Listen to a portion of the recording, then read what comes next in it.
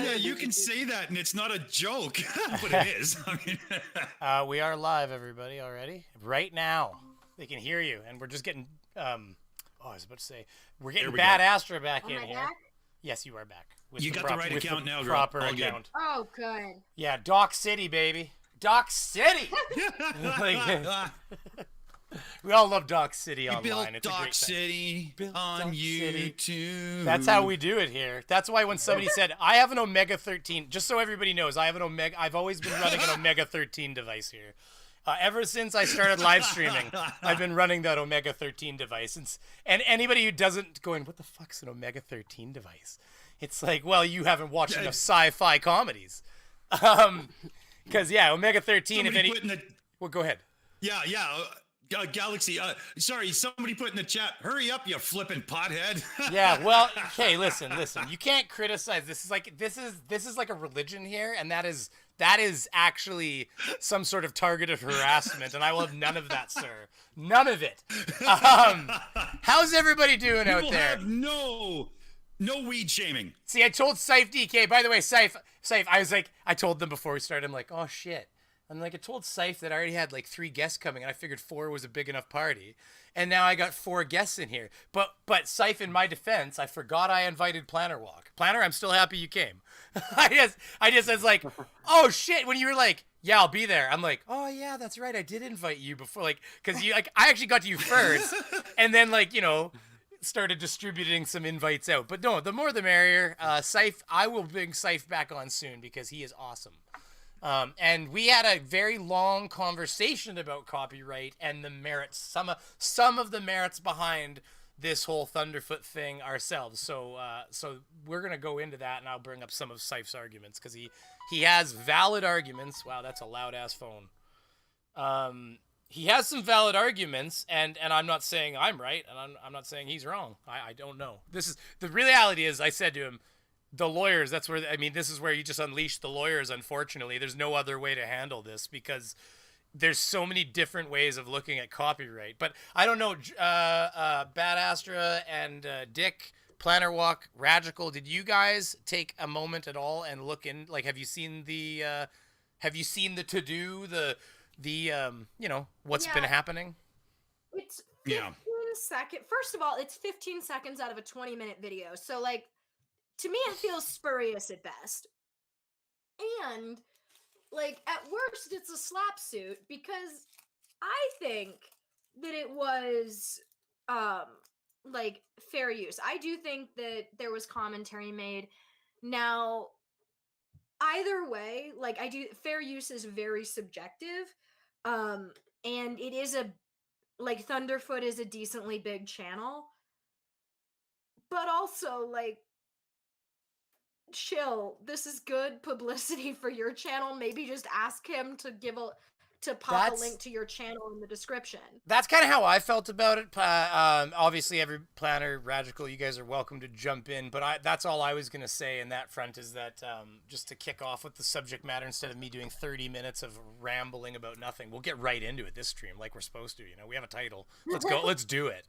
But I did think that, so first of all, I would say that if you're not wanting to be, because his big thing right now, and I don't know if anybody's seen his Twitter, and I can bring that up on the camera in a minute here, but his Twitter is just rife with like he has been tweeting, like, it's just like, where you like tweet under your own tweet, under your own tweet, under your own tweet, under your own tweet, under your own tweet, under your own tweet, and you just make this long tweet thread of just never-ending tweets, and he's been doing that, and a lot of it's just been bitching about being villainized for, being, this copyright troll and being a blackmailer. Well, the comment I left to him, first thing, as I said, well, we hate people like you, and then I deleted it because I was like, wow, that's a little harsh.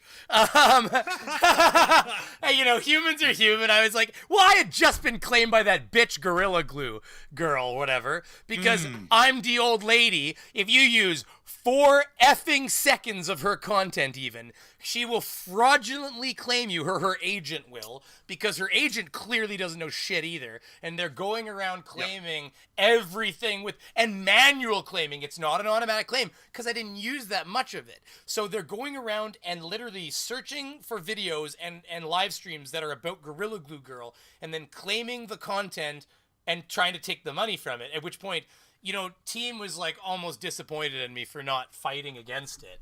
But the thing is, all they have to do when you send a thing saying, no, I disagree, is they just go, no, we disagree. And then you can get a strike for it. And the only thing you can do after that is sue them. Well, that's fucking expensive, isn't it? Well, I know for a fact that she just got $20,000 on a GoFundMe. I bet you she could use that to fight a lawsuit. Which apparently she's... Now, full disclosure... Apparently, she's gonna donate like 20,000 of the 23,000 she ended up raising to charity of that doctor's choosing. So I guess we will see. So I don't want to make any false claims that she's keeping the money if she isn't. We don't know here on the Brainy Beaver channel. But you know, the bottom line is she's got a following of 500,000 freaking Twitter followers now. I'm sure she could raise some funds if she wanted to, and I would just be left with a big tab for fighting. And yeah, maybe I'd win, but like, I have a job to do. I have kids to raise. I don't have time to be. I can't. I just don't have the time for it. So I just took the coward's approach or the smart person's approach, depending on how you look at it. That's not cowardly. And That's not cowardly. I just deleted the chunk. TMZ had already claimed, and I'd already put it. I threw it back at them because I said, "Fuck you. This is fair use." But then that was an auto claim. Usually those end up going in your favor because they're a big company and they kind of. TMZ's not that bad actually. There's worse companies. They usually know that you're allowed to use that little tiny piece. But as soon as it was a manual claim, and then I searched it up, and I saw other creators complaining about her manually claiming their content. I'm like, not even worth my time. Somebody is actively going around and choosing to claim it. That means that somebody has already made the unwise decision manually to decide to like claim that video. It means they don't understand copyright law, which means that they're going to take you to court possibly because they're too stupid to know it in the first place. It might not be even that they don't understand it. It might be more malicious than that. I think it is. That they know that you can't fight it. They know that it's worse for you to fight it than it is. I don't know if you guys could hear that. For them to get screwed. So if you guys couldn't hear that, that was just me dancing. I'm sorry. I got a donation. Sorry, that was just me. I wasn't trying to make fun of you or anything like that. But yes, you're right. I think it was. I think it is actually malicious myself because they've gone along and claimed everything, even with. So then we're left with people using like still shots of her, which is, I guess, maybe the intention. But I don't think. I think it's a malicious attack on. I think it's she may or may not be happy about the content being released about her. And then B, she's trying to get that sweet moolah that comes out of it because now she's, Little Miss Creator. Little Miss, 500,000 Twitter followers. Which, by the way, before we continue, Dib, thank you very much for the 25 American dollars. Oh, my God. Asking for a friend about the vanilla and the desperation. Listen, the vanilla is strong over here, okay?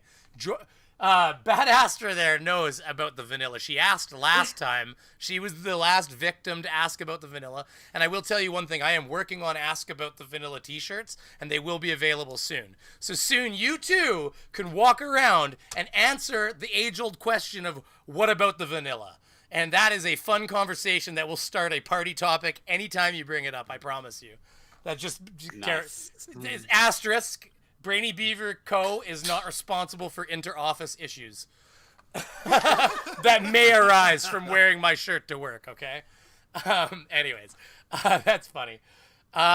Ragical, you're being awfully quiet, and Planet Rock, I would love to hear some of your guys' takes before we continue on. We have some stuff to look at potentially here and stuff, but before we continue forward. So, I'm still trying to work out what's going on here because all I know is that Thunderf00t has a lawsuit, right? Yeah, and actually, you know what? If you want, what we can do is here. Let me switch windows here and see if this works in any way, shape, or Beaver. form. Okay, but keep talking. Beaver, should we do a quick breakdown? Do you want to just lead us through the story for anybody watching and in the chat and stuff that isn't up to scratch here? That's kind of what I was about to do. Yeah, that's what I was about to do. Perfect. But what I gotta do first is I have to copy. I've actually still been awfully busy lately, guys, so I really need to paste reference. So I really need to apologize for not being ready as usual. I know. It's a Beaver stream. Isn't that kind of how it goes? Well, it's not supposed to. I'm supposed to be a professional YouTuber at this point or something. I don't that's not the case. Yeah, Beaver, you're a pretty busy guy. You always sit down right last minute. Holy shit, I'm only just finally ready, you know, family life, working and stuff. You should see before the Sunday show. Who fucking cares? FTFE was like, sent me like, cause he was nervous, rightfully so, for his first episode of his new show. But FTFE was rightfully so like 5 times like, okay, I need you here a half hour beforehand. Cause he knows I'm like, you know, I'm usually like, okay, I'm ready. Let's do this. Fucking go. Like, it's just like, cause like, I'm in the car sometimes, like, you know, doing voice to text going, I will be right there. Like, you know, trying to make sure when it comes me. to like when you invite me on a stream, I always know, okay, so he said 2 o'clock. So if I sit down at my computer at 2 o'clock and start setting up my microphone, I got loads of time. That's ridiculous. I am slowly figuring that out, because I remember the first time I was streaming with you, Beaver. I was like, okay, I'm ready half an hour beforehand. I've got my makeup done. I've like closed all my work tabs. I'm ready to go. I'm working on this thing. This is the thing. It's about perfection now. Well, you know what? I'm having mixed emotions about window capture. That's what I want. I'm going to be changing the way I'm doing this again, because I have so many different assets in here. It gets a little bit mind-numbing. And here's the thing. When he says that Streamlabs OBS sucks, he's not wrong. Because there's so many features in regular OBS that's great that Streamlabs OBS ties in with all these neat little bars and shit. But regular OBS has like things like I can set colors to my assets. For instance, I can set cameras. I can do anything. Yeah, you can set cameras as red, so that when you look at your list of assets, you can go camera red. On this one, I've just got a big box of gray fucking assets. So it's because very... you're using the wrong app. I have them both. I've never uninstalled regular OBS, so let's just start there. But yes, let me bring in a new window because you're distracting me. I have ADHD, sir. You can't do this. Oh, here we go. This is the window, except it's the whole kit and caboodle. Oops. Oh no, you can see all my porn. Did you just age 20 years? Where did you come up with that phrase? Oh, porn. What, kit and caboodle? Yeah. I live in a pretty Mennonite. You sounded like one of my relatives from Prince Edward Island. They passed away when I was 5. Prince Edward Island. Everybody's like, I don't understand stuff. Oh, Prince Edward Island, eh? Yeah, there you go.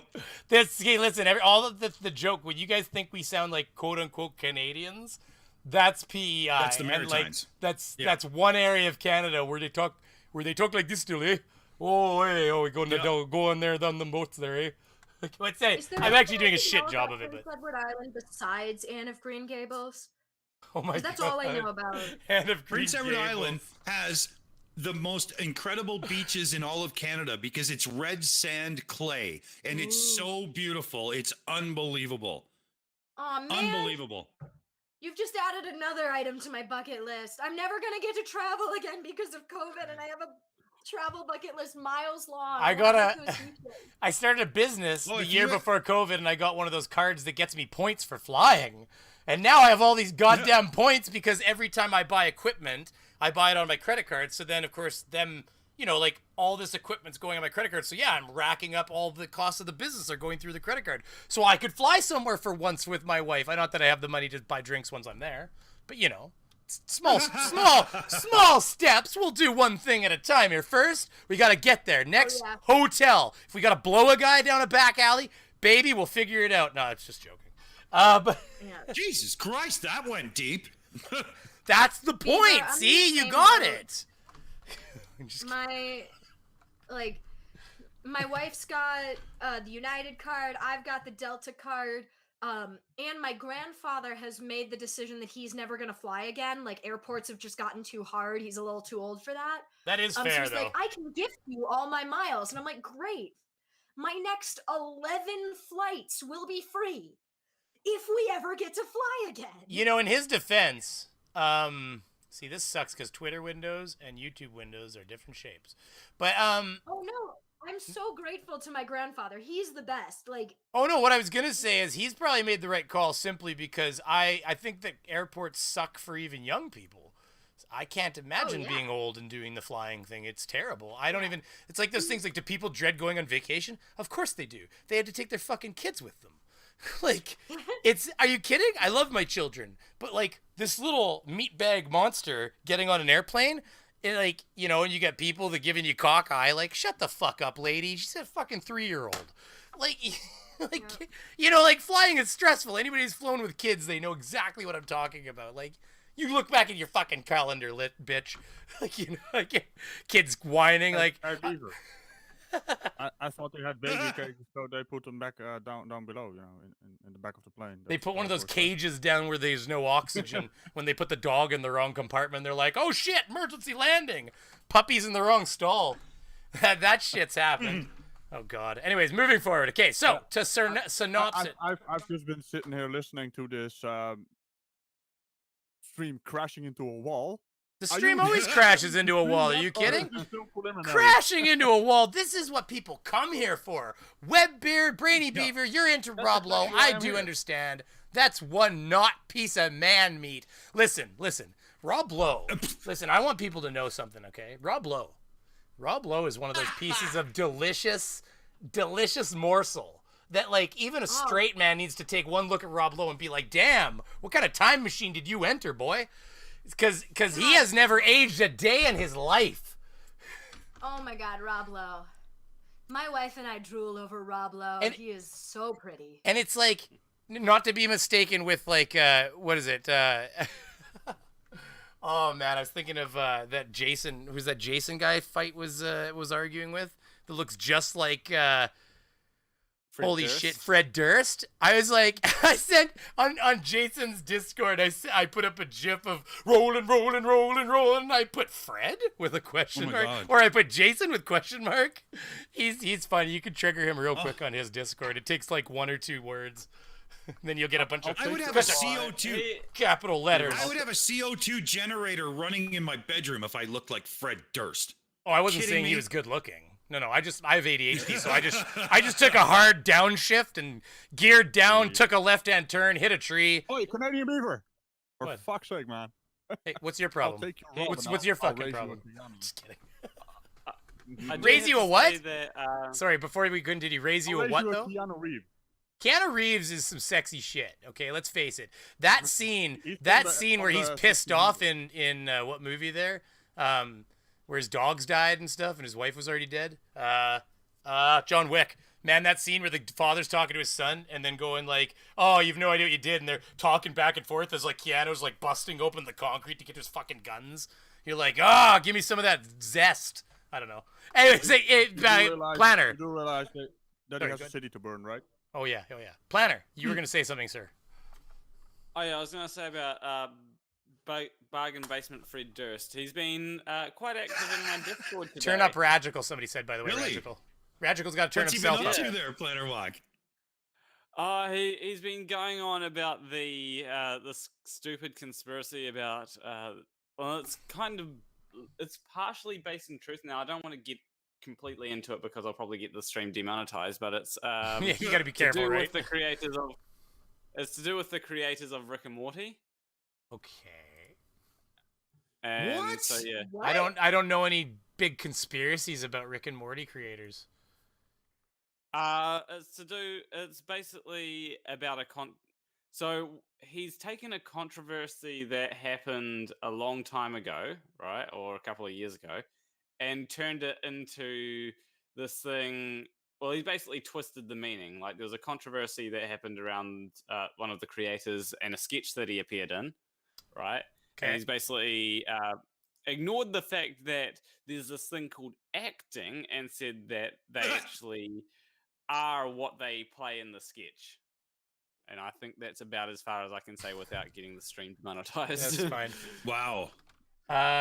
Okay. man. Yeah, he's a fun individual.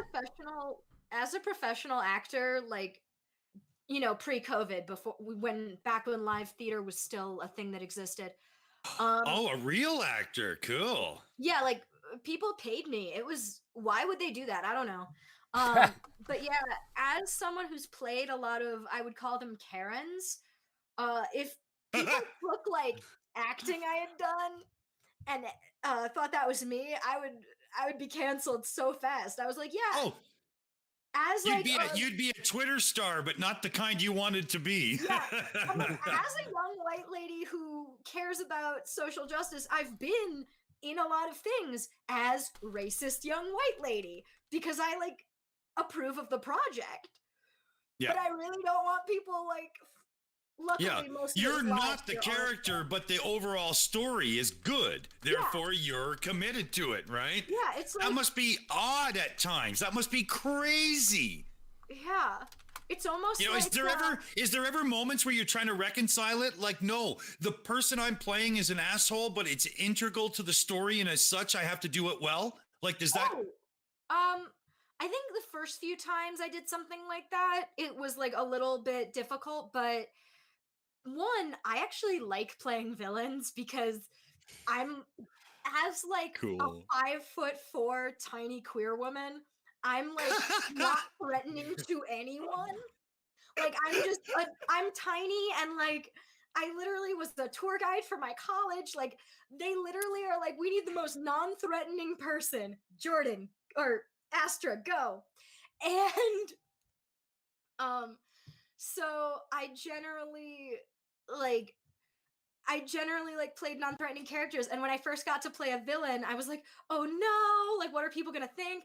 And it turns out that people who go see theater understand that acting is a thing, so no one thought I was a terrible person. They're like, oh, like you did a great job. I hated you for a minute.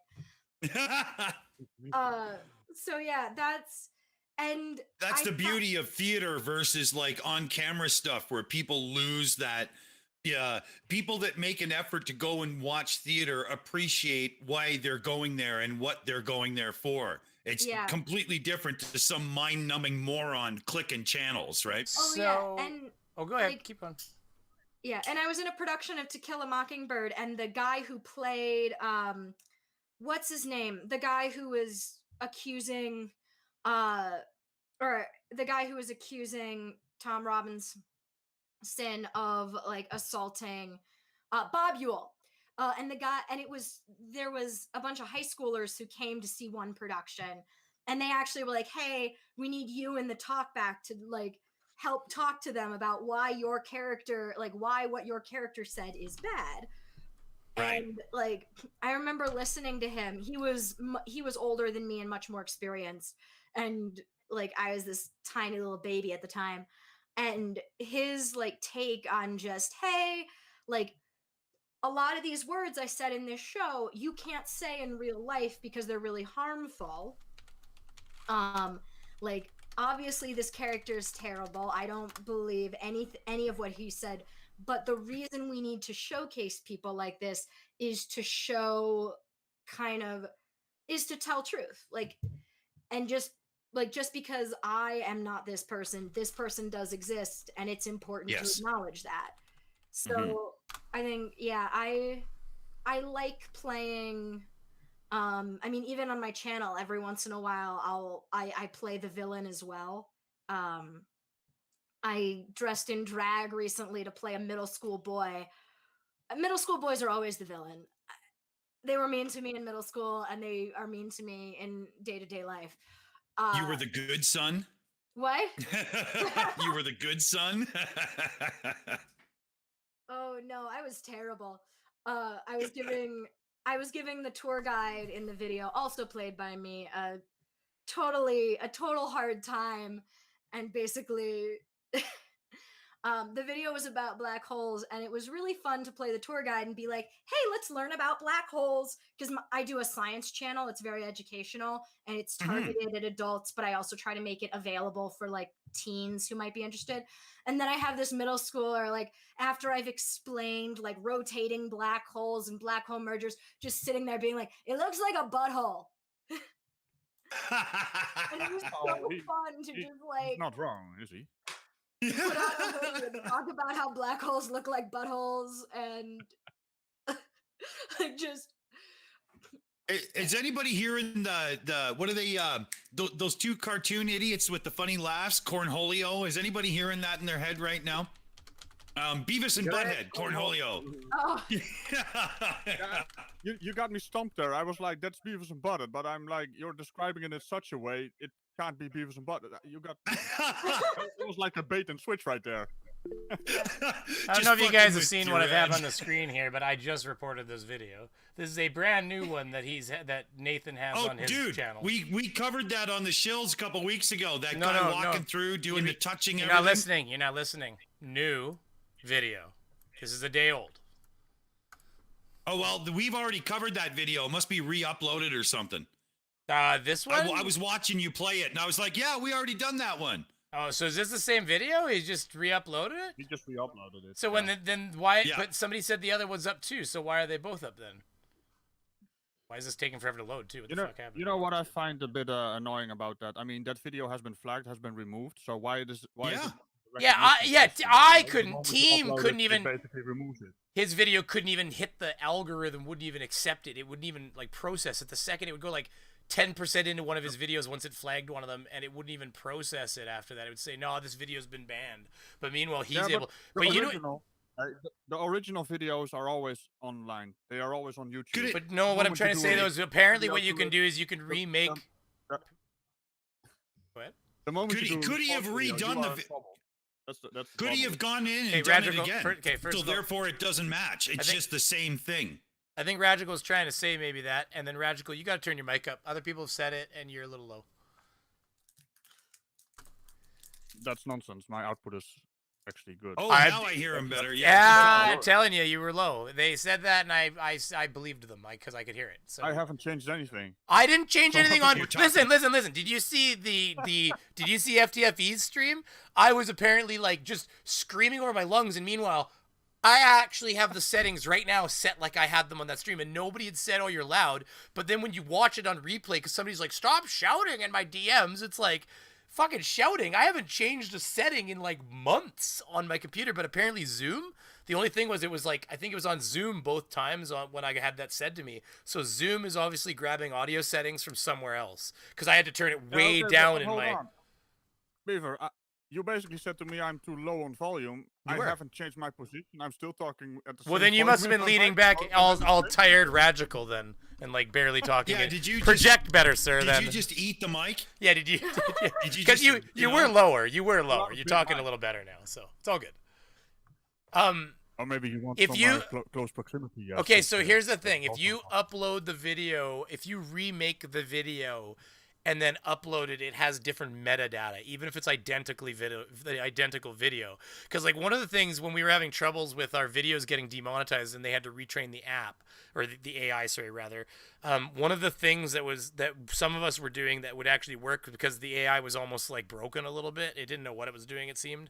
You could take the video, you could make 3 different copies where you had to render 3 copies. So you had to render, and then you would upload simultaneously all 3 copies, and then you could just give them all different titles and slightly different descriptions, but generally have your general same descriptions, and it would load different metadata for all 3 videos. And what was the stupid part is that you could have the same video in 3 spots, and like 1 would go green, 2 would go yellow, or all 3 would go green, or the next time all 3 would be yellow, or 2 would be yellow, 1 would be green, and like they're the same fucking video. It was crazy. Although I've found because I've got this thing where I can self-demonetize basically by telling YouTube, okay, yeah, this is what's in my video. We all have it now. I think they spread it out. Yeah. Yeah. So yeah, that works well for me anyway. These are different videos, man. Yeah, I but- think these are Yeah, different you videos. know, Beaver. Beaver, Wait, Cypher wait. DK confirmed in the chat. What he did was he went and did the same fucking thing again. So Yeah. it looks like the same video, but he's just portraying the absolute piece of human shit Yeah, that he is. because in So that there one you he go. he doesn't have sunglasses on, and in this one he does. So yeah, it's a different video. So Oh, but Thunderf00t look actually at did an it! experiment. It already got this. You see that? It didn't have that till I reported it. Look at. Oh, it had a fucking age gate there. Did you Hey see that? Beaver, you gotta fix my microphone. It's not on my end. Oh, you're fine. Seriously. Dude, Now I'm fine again. So dude, I you're don't going- understand what's going on. Dude, you're going You know- through the same feed that we're all going through. So if it comes in low, it's because you're not talking into the mic enough. You keep getting low when you're not You know talking what into it your is? mic. Yeah, maybe your noise gate's up. Magical.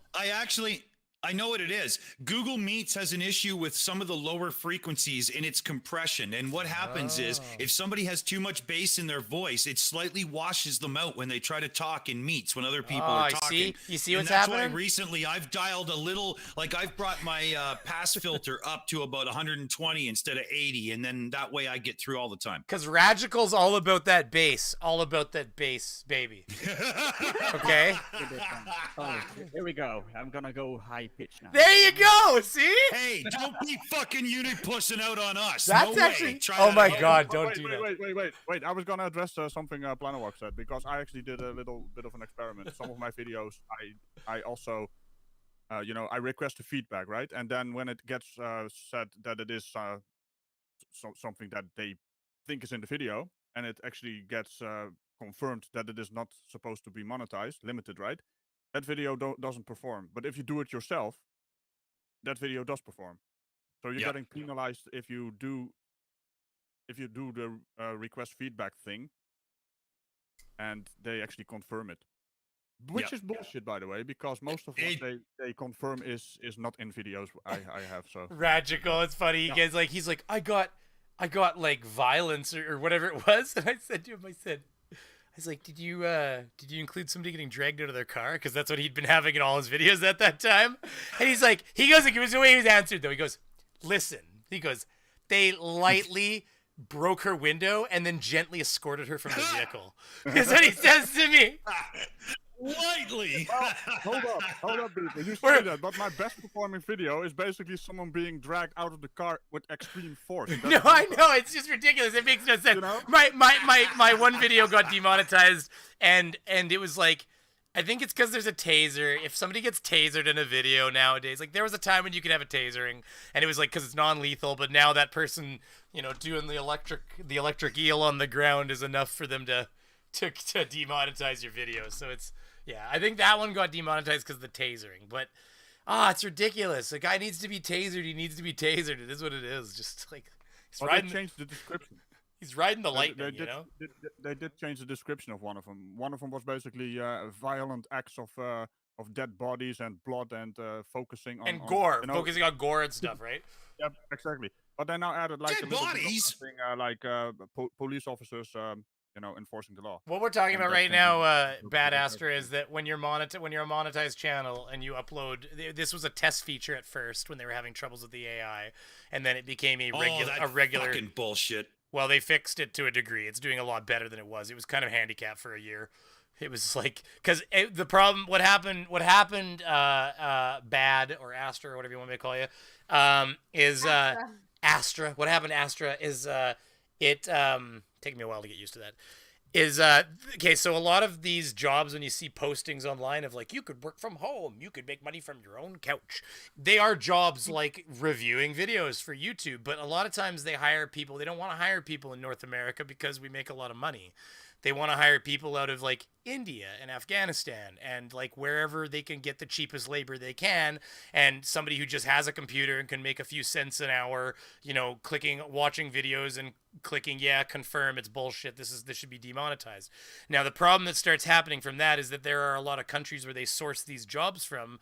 The agencies they use to fill these positions are sourced from a lot of countries where things like, say homosexuality isn't as accepted, or other things like free speech aren't as accepted, and there's other social differences in the way our worlds operate.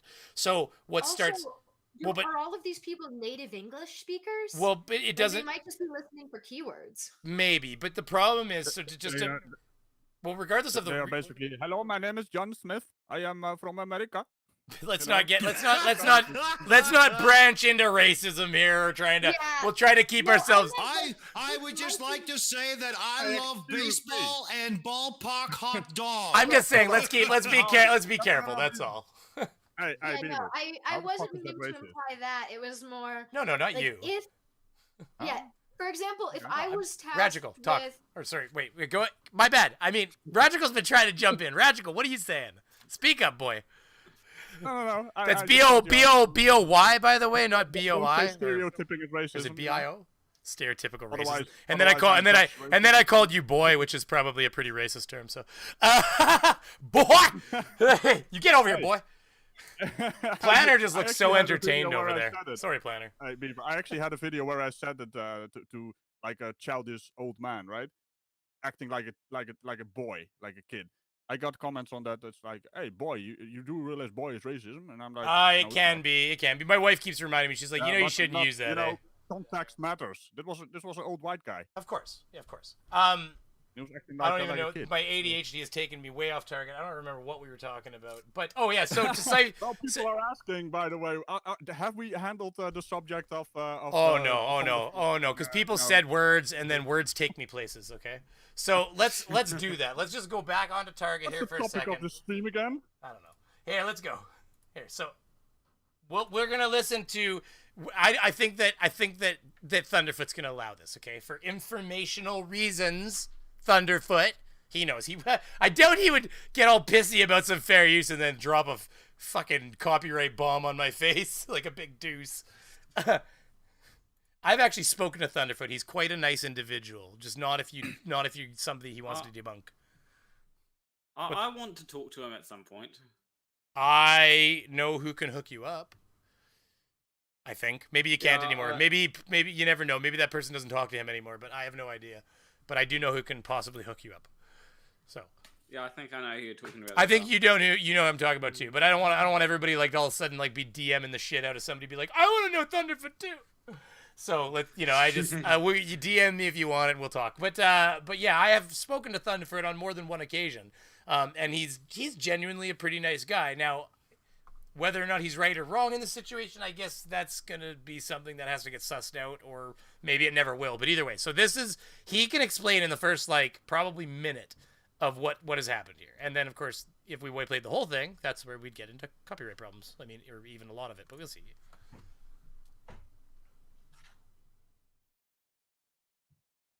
All right. Oh, I'm not playing audio, though. Wait, yes, I am. Let me double check. No, we can't. Yeah, you can hear it. It's going on to the stream. Did he just tell us we can hear it while we can't? No, you can hear it, right? No, I didn't think you could be. If you can hear it, you can hear it. No, we can't hear it. Oh, you can't? I'm Oh, sorry. We can't. I see why. Okay, my bad. Nobody can hear Did I it. use the wrong one? Nobody can I hear it. don't It's know. all good. Nobody can hear it. My bad. This isn't just Start a little again! bit out of There it the is. ordinary. This I hear it now. has never happened to me before on YouTube. So there's this guy called Trevor Malman, who I'm going to guess is going to become famous shortly for all the wrong reasons. Earlier today, I got an email from him telling me that I had to give him $750 because I used a 15-second video clip of one of his videos in one of my videos. Else it was going to get very expensive for me, and the longer I waited, the more expensive it would get, and so forth. I wrote back to him saying that like the blackmail. use was... Well, wait till you see the email. So I'm just going to let him set you up here, and then we're probably going to just skip ahead so we can see, because he does show us the entirety of the emails. And, obviously we gotta get there, so. covered under fair use. He then wrote back saying he was passing it on to his lawyers. So I guess I'm getting sued. So that's the sum of it. Now, he goes on to talk about H3 and stuff like that, and he goes on to show this image to show how many edits. And for anybody who can't see, if you're on like a lower definition feed right now, or actually this is on 480, so I don't know why the hell that is. But if you That's look, Corona definition. Yeah, exactly. Just Well, saying. yeah, they like to. No, it's true. That's what they've done ever since coronavirus. They've actually sneakily set you back in your definition all the time because they don't want you using as much data. And of course, if you watch a video or two and don't notice, bada bing, bada boom, they just saved a whole bunch of megabytes. So yeah, and then by the time you notice, you go mother effer, and you turn the quality up because you notice you can't see the shine in the And person's with eyes. cost, man. Yeah, and then of course a couple videos later, it rolls back again on you because you know. But Cypher DK says to remind you about the lawyer video. oh yeah, I have it here, right here. So Okay. So, but like anything, we can't just play that either. So I mean, that's his content. No, too. yeah, I'm just making sure. So, Yeah, all good. So yeah, so we have to now. We get away with the flat earthers because they have no representation and nobody wants to represent them. So we kind of fuck these guys a little bit. But let's just move forward. Nobody Guy cares. looks what like they he's think. got a Brazilian cut into the top of his head. It's ridiculous. Anyway, so what you can't see possibly if you're on a lower definition feed, and plus it's a smaller window here, is that there is lots of slices along here, and every one of these slices could have, you know, there's other effects that have been laid on top of them. These are all stacked effects, and this is just the video. I don't even think you're seeing the audio. The audio feeds are probably down there. That's how mine works. But basically, yeah, and I've posted, anybody who's, you know, my subscriber would know that on my community section, I've posted similar videos of very massive timelines of 20-minute, you know, 18-minute long videos where the timeline goes, you know, stacks 14 high on the amount of layers and spots because of all the effects you're stacking up. And they can be quite these daunting pieces of work. And for somebody to want to claim all of the revenue from your content or want to, you know, claim $750 for a 15-second chunk of a 20-minute video. Now, here's where the problem comes in. Does he have a right to claim that? I mean, kind of Look, yes, can I kind of interject here, no. Beaver? Well, you can. That's where I'm setting up for. So if you give me 10 more seconds, Yeah, I'll build. But just to cover this specific instance here, if you Yeah, but read that's through what we're fair about to use, Yeah, but that's what we're about to talk right, about. there So all I was going to say to finish my sentence so you can then continue with the discussion is, yeah, is it fair for him to try to claim that kind of money for that kind of use? Now, the question is, and you can continue from here, is it fair use? That is a valid question. There's been very big arguments over this. So, number one, the amount of a person's video you put in your own has nothing to do with fair use. Of course. First and foremost, Of course. it doesn't matter if it's 5 seconds or 25 seconds or 25 minutes. It comes down to transformation and the actual parameters that go to fair use. Of course. So, what you have to look at here is, did he bring up the other person's content to provide commentary, criticism, and so on? Yes, he did. Instant fair use. It doesn't matter how much of his fucking video was used. It's all bullshit. Oh yeah. I Well, think yeah, it the doesn't- amount of time is usually used to determine whether it's spurious, like whether it's a slap suit, because you can get immediately dismissed if it's like, yeah, this is obviously a spurious lawsuit. Okay, but the only problem is that okay, sorry, go ahead, Astra. My apologies. No, Oh yeah, please. no, the 15-second thing is, should it even matter whether it's fair use? Well, However, yeah, go ahead. if Side. he's providing criticism or commentary or transforming it in some way, See, this is where the question, this that is where the is fair discussion use comes in, within the right? law of it. Oh, we lost Planner Walk. Is he coming back? Planner, where'd you go, buddy? Did he mention something or? I'm sure he'll be back. It has to do with the way the sun and the moon rotate over the flat Earth because he's in New Zealand. He'll be back. It's all right.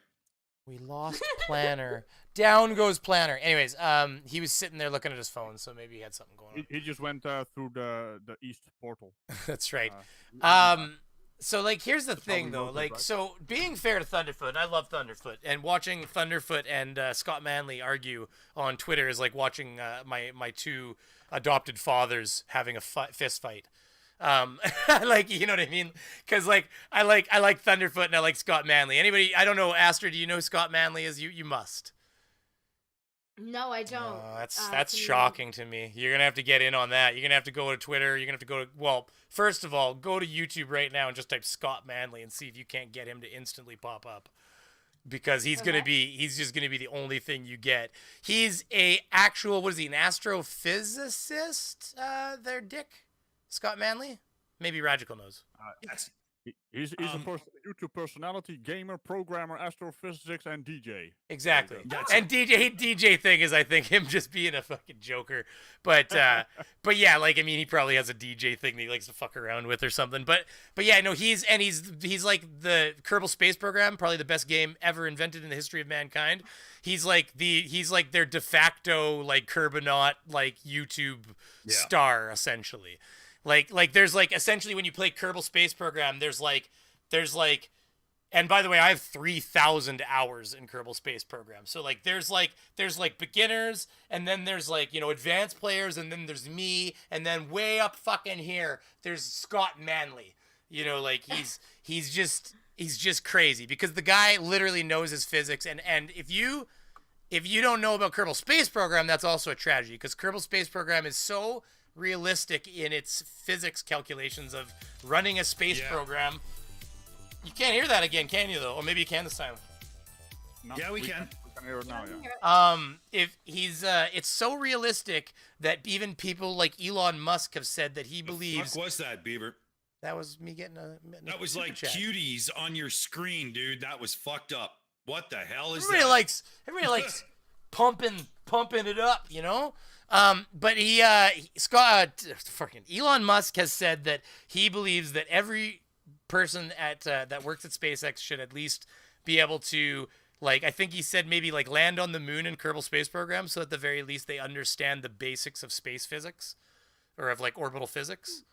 Like even NASA is like people at NASA play Kerbal Space Program for fun because of you can like redirect asteroids and it's all real. Like it's all miniaturized. Like it's a X10 times smaller galaxy or solar system, but everything uses the proper delta V math.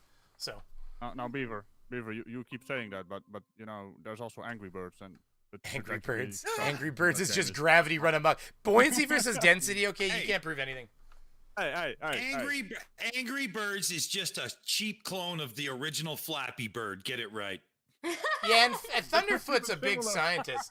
So back to the subject matter. The question at hand is, and really, I like Thunderfoot, and I don't want to step on his balls here, but at the same time, I do have a little bit of whether or not that is now. I'm going to bring up Sife's conversation with me. Oh God, there was a release date for KSP2, but it was like last year, and now it's next year. So, like, you know, that COVID really put that in the trash can for another little while. But Thunderfoot, okay, so his use of that 15 seconds. Now, I don't know if anybody's seen Thunderfoot himself skips it because, let's face it, I think that you don't really want to necessarily like use the footage that you're about to get sued for just to kind of keep your case safe a little bit. But there's a well, he didn't. So I mean, whether or not it was an accident, he skipped through it. But here is the essential the image, the 15 seconds, and it's the part where the rocket comes down, go boom boom, kind of like balloon, or was it? What does he say? Balloon go down, go boom boom. Nathan Oakley.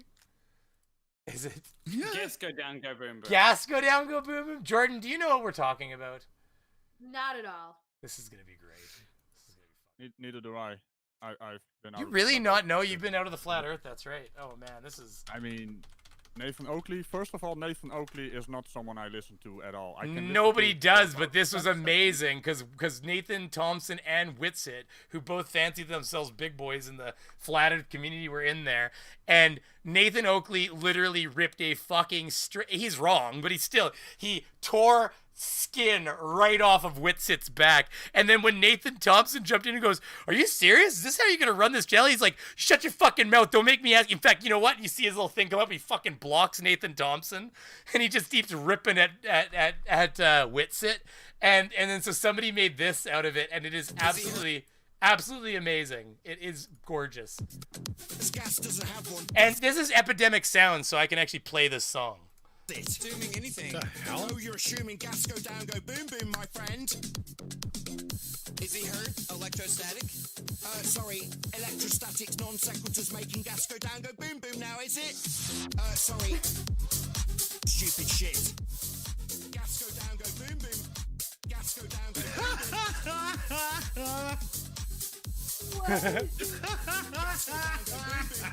Gas go down, go boom boom. Why? electrostatic. Sorry, electrostatics nonsense. Pot is legal. in That Canada, is watching something- shit like this, man. Get past that real quick. Dildos get you like- yellow. I feel like I need someone to hand me a puppy after watching that. Like, I want a small puppy. Hold on, where is to it be here? handed to me. Hold on, let me get one more little part of it here. It's fucking awesome. I need a puppy. That's it. I need like a mini puppy. I need like a puppy, but even smaller. There's another part of the conversation here, though, I want to catch if it's here.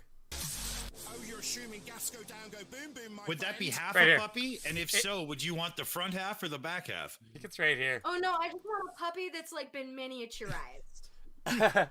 So I think it's right here. Puppy. As gas doesn't have one, Oh, whoops. does it? What I want is like a stuffed animal Assuming gas go down, that go loves me boom boom, my back. friend. That's an awesome description. That's good, Astra. Electrostatic non sequiturs making gas go down, go boom boom. I love now, it. is it? You keep saying non sequitur, but you're. So gas is going down, go boom boom, or is this non sequitur? Sequitur. Yeah, it's non sequitur if gas is not going down, go boom boom. It's amazing. What? Okay. Is this? Okay, so to give you first of all, I want to give credit where credit is due. Everybody, this is Mr. Pascal Marx that made this. This is his content, not my content. Now, the music is from Epidemic Sound, and I believe he probably got claimed, but I will not, because I pay for Epidemic Sound. So I will not get claimed by Epidemic Sound. But his video technically is... I mean, this is a mixed bag of nuts. He'd never be able to claim this anyways because of this bullshit, so you know what I mean. But anyways, so this is his content. I did not create this. And by the way, I think I missed a live chat up there from Truth Nerds. Oh my god, I hope you're still here, Truth Nerds. Are you here? Oh, you are still here. Oh my god. False DMCA notice on YouTube equals perjury, isn't it? Yes, it is. Technically, yes, because you click a box that says you are aware that filing a false DMCA is copy or is perjury under the Digital Millennium Copyright Act of blah blah blah.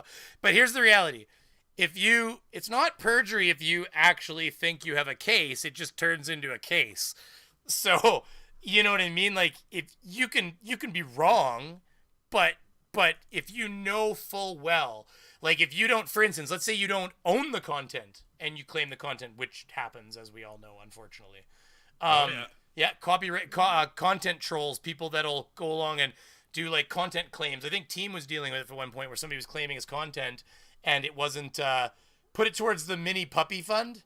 C4, this goes to my bank account. What are you doing? You got to go to Bad Astra and donate to her. Yeah, go to that Astra, join my Patreon, put some money toward my tiny puppy fund. C4, you just gave me $5 for helping pimp Bad Astra. Thank you very much, sir.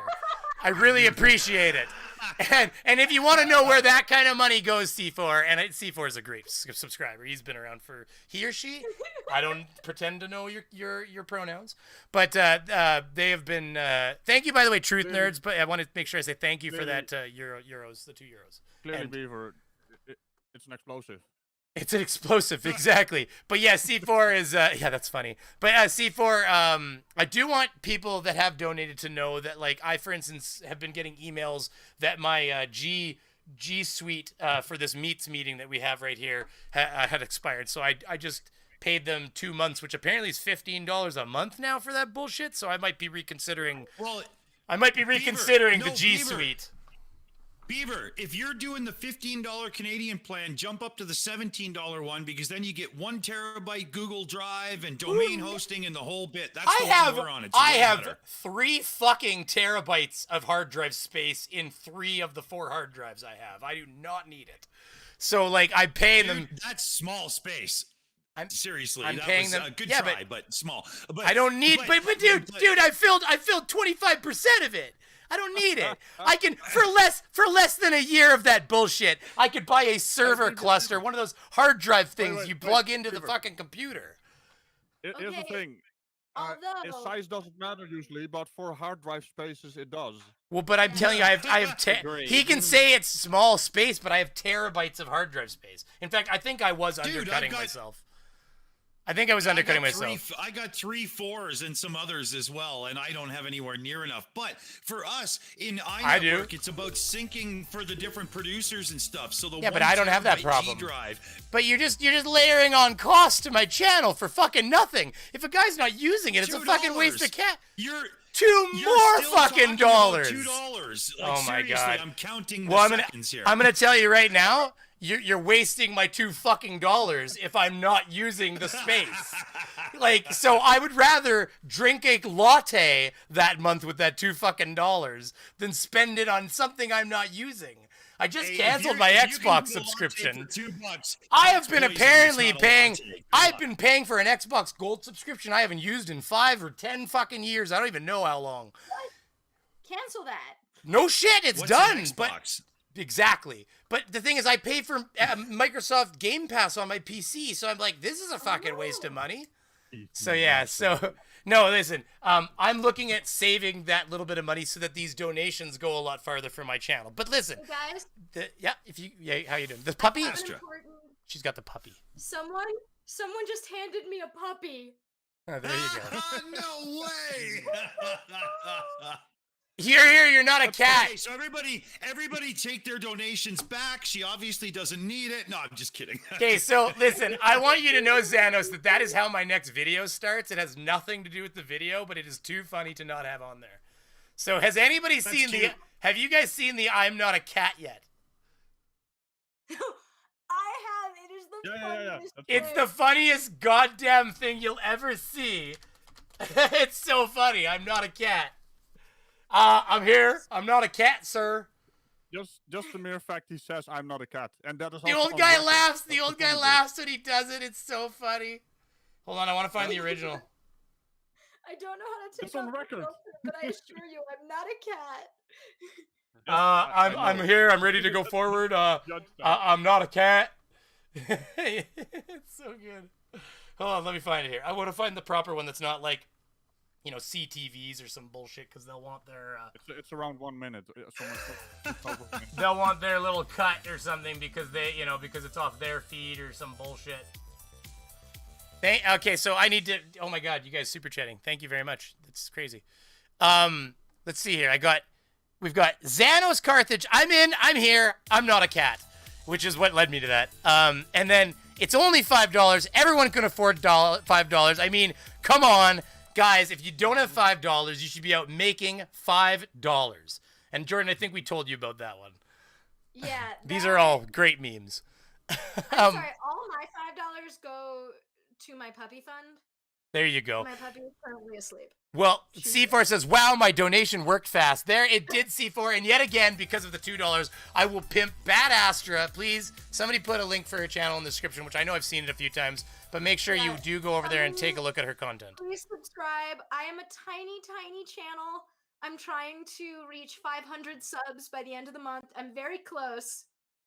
But I am Do you want to come small, over and like a puppy. you want to come over and join us on the shills coming up? Oh, I'd love to. That'd be awesome. Cool, we'll do that. See, I'll talk to you after the show here. See, the whole thing here is how we work here is when we grow as channels, we pass it forward. Just so you know, Bad Astra, I and Radical here were Team Skeptic Kinder Eggs, okay? And then we you guys. You did find us. What happened is Team Skeptic did a video on Dan Pratt. Dan Pratt fraudulently DMCA'd. What do you know? And then Radical and I, because the stars had aligned for Radical and I, we produced a video on the same fucking video. And so, of course, all the flurry of content around this DMCA thing created all these people looking at that video, and then it led them to us. They introduced it to people like Team Skeptic, and then he put us in a collab, and the rest of the story was kind of written for us. So we like to reach out as skeptic babies, as little skeptic Kinder eggs and stuff like that. And I would say that Dick probably owes a lot to Team Skeptic and stuff like that too. Oh, damn straight. He got me started doing the music on the Candy and Thomas channel, right? So we like to reach out and try to pay it forward by finding these I'm joking when I say pet projects, but no, listen, if I didn't see something that I wanted to comment on, and if I didn't think you were worth inviting on, you wouldn't be here.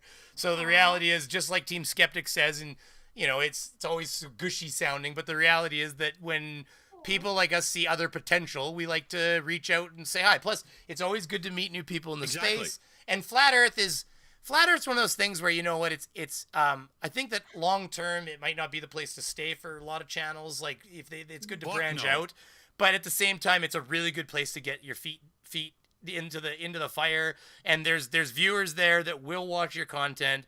Even if they're hate viewing, it doesn't matter. YouTube doesn't care. Yeah, I'm actually branching out next month. I'm gonna do a bunch of vaccines content.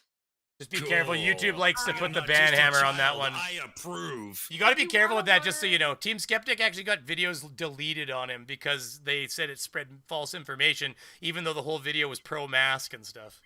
So they're pretty horny about that stuff. I'm collaborating with a scientist in Greece. Actually, we're gonna talk about myths around the vaccine. Andrew fucking Wakefield. God, they're like a lot of these myths are like, do you not understand how messenger RNA works? Do you not understand that microchips are too small to fit, are too big to fit into that? Like the needle is too small. See, apparently Also, I sound louder compared to the other guests. You have done some amazing stuff. Like, Turn if myself you down. have a phone. Thank you, microchip, Lubo. like, Well, I turned myself down. Am I Go, louder Astro, now? All keep of a going, sudden? keep going. Yeah, no. I was just saying thanks to Lubo. He told me I was loud. I turned myself down a bit. if you're walking around with your cell phone, like, shut up about microchipping. Also, like, microchips are not that small. Like, they're actually quite large. You can't fit them in the same needle. Like, Wait. You're telling me that bitch that said that she could fit a drug administering system, a sensing system, a fucking Wi-Fi chip, and all that shit into a goddamn hard pad? You're telling me she was lying? Holy shit! That's crazy. Wow, that was quite the story. I'm being attacked by a wild animal. There you go. That's So a vicious here, issue. listen. Let's jump into Attorney at Paw for a second because it's golden. Okay, everybody who hasn't seen this needs to see Attorney at Paw. Oh my god. It's playing. Don't worry. It's Mr. just Ponton, I believe you have a filter turned on in the video settings. Can you hear me, Judge? I can hear you. I think it's a filter. It is, and I don't know how to remove it. I've got my assistant here. She's trying to, but I'm prepared to go forward. I'm here live. I'm not a cat. this guy breaks. I can see that. I think if you click I'm not a cat. It's right at the beginning when he says, "I think you've got a filter on." You see the eyes drop, like he's clearly looking at the screen, looking at the keyboard. That's the good part. right there. the Look at that settings, face. you might want to. It's so cute. It is a filter. Can you hear me, Judge? Can you hear me? I can hear you. I think it's a filter. It the- is, and I don't know how to remove it. I've got my assistant here. She's trying to, I'm prepared to go go forward. with it. I'm not a cat. I'm here live. I'm not a cat. Oh, It would have Jesus. been funny if the judge actually said, yes, well, that's exactly what a cat would say. That's Well, exactly what a cat would say. That's exactly what a Wait, cat. guys, I have a zoom filter on. I swear I'm not a cat. That's a really good one. Wow. I've got you Yeah. small. Oh wait, I'm gonna lick the screen. There No, you don't go. eat that. Don't eat that. So we can go back now that we've had our fun with Attorney at Paw. And by the way, thank you to all the donations. Wow, my donations work fast. C4 minus. Thank you for the Americano dollar. C4 as well. And Truth Nerds, €3. Got it for O2 bottles. Too cold to breathe in CA. That's right. Were you the one that left that comment on the video or on my? Somebody left that comment said, "Damn, it must be low on oxygen up there in Canada because of how cold it is." And these are all flat Earth jokes, Astra, because one of the things. Well, it was one of my jokes. She's probably never seen this. I'll bring it up on FTFE's channel. It was on that collab where I dragged the oxygen bottle to the door because it's cold outside, and so like the idea is I can't go out until I like You know, like until I have a bottle. I think was it this one? No, that's the Yeah, suck. that's to do with mountain climbing, right? You gotta, Well, you that gotta no. social contact. One of the other jokes was mountain climbing, right? Like that's, what is it? Version of Fred Durst is the dumbest flat earthers ever said. No, that's a debate. He's got. I think it's FTF's the Flurfs Are Idiots episode 50, wasn't it? Yeah, there it is. You're right, and I'm the last one in the video, so it's easy to find here. It's funny shit. So this is an episode where it was a collab where it was the dumbest thing you've ever heard a Flurf say. And this is my part. You from the channel that grips onto FTFE's coattails harder than a tourist on a hang glide through the Alps. See, that's called fair use, I transformative. guess if you ask me what the dumbest thing a flat earther has ever said to me, it would be anything that Nathan Thompson has ever uttered. And that time that Spurskimo told me that you can't breathe on the top of Mount Everest. Sorry, high def. Because it's cold up there. Like, if you go to the top of Mount Everest, you have less pressure on a gauge than if you were at the bottom of Mount Everest, right? I disagree, but go ahead. Can we agree? No, I disagree. Brainy, that's what you... No, you can't. Right, Brainy, This is what we're dealing with? Oh my God. I need to cue in a bit more about Spurs. It's not that he disagrees with that there's pressure. He disagrees with atmospheric pressure. He says that is caused by differences in temperature. But it Wait, doesn't. Hold on, just hold on. What, you can't breathe cold air? That's bullshit. I live in Canada. Like, so why do they have air masks when they go to the top of Mount Everest? So here's the skit for it. This is just casual Canadian day. Going to the store.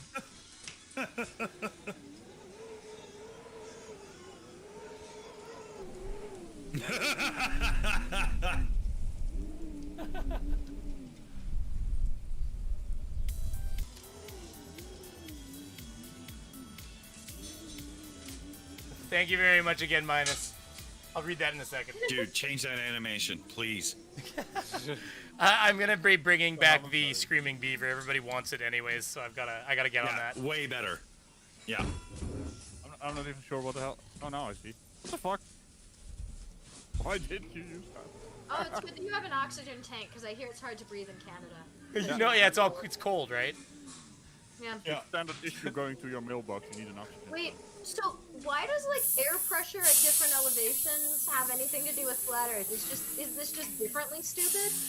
Oh, they all have different theories. Yeah, they don't believe in the pressure gradient, and then they use the whole you can't have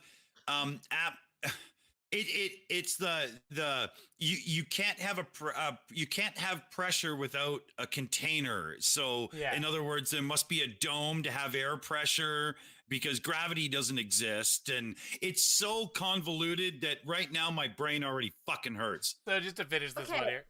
Well, as someone who has like climbed a mountain before, like I'm not a mountaineer, I've climbed like one mountain. One, I grew up at sea level, like in Chicago, and then when I went out to Oregon, like, I'm now at like 3,600 feet. For the first week, I had trouble breathing because like my body just was like, no. So I add these sound effects, by the way, like the tank dragging. It wasn't that loud.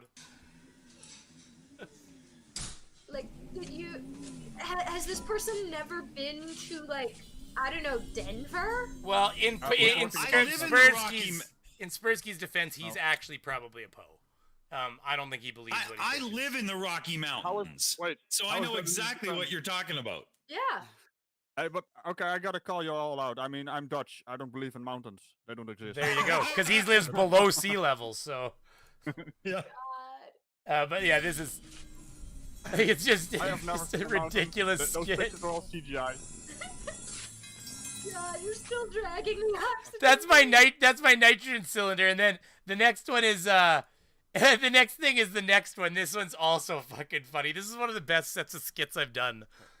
So the idea is that these people who try to climb these mountains are not in the right condition. There was a guy in Europe somewhere, Wim Hof, where he's able to acclimatize his body to withstand these cold temperatures. So what he does, He trains in the cold I live water. in Canada. It's colder than the top of Mount Everest, dude. And At we all times. would die when we walk out our doors. Because you're telling me all Canadians are in shape then. All of us are in the perfect shape so we can go out in the dead of the winter.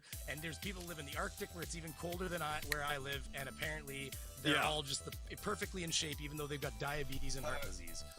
So this guy, I'm not sure if I'm probably butchering his name, but this Wim Hof guy, I'll get to all the he's super able chats in a to minute. climb Mount Everest without an oxygen mask, in shorts, and do press-ups there in at the top somewhere. And other mountains, other high peaks where he's able to go there with others. He's trained other people to condition their body in such a way that they're able to withstand such harsh environments. Now, it's not that they couldn't breathe. Damage, but... It's not that they couldn't breathe. They could breathe just fine. In fact, he ran up the mountain. What? Look at... Nobody runs up Everest, you fucking moron. Check the background. Fall into a chasm. Again, guys just fucking running by in the fucking background. And then this is the last one. I loved this. This was fun. And by the way, I want you to know that there's a green space behind my house that I ran into to do this. And there's a million houses around this green space. And so I want you all to know that while I filmed this, there absolutely was somebody looking out their window going, what the fuck is he doing? Calm down, Beaver. We also have a YouTube channel. We also have a YouTube channel with Flat Out. He did weirder stuff than you. So. Well, don't get me wrong, but yeah, this is. With me. Let's get into the magic school bus and go into the mind of Nathan Thompson. That should be fun, eh? Oh no! Come on, everybody. Oh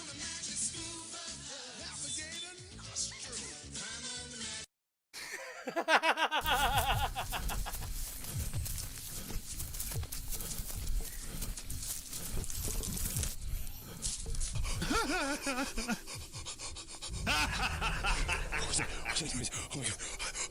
It's so dark in here. There's no light. There's no light in here at all. Oh my god. Oh my god.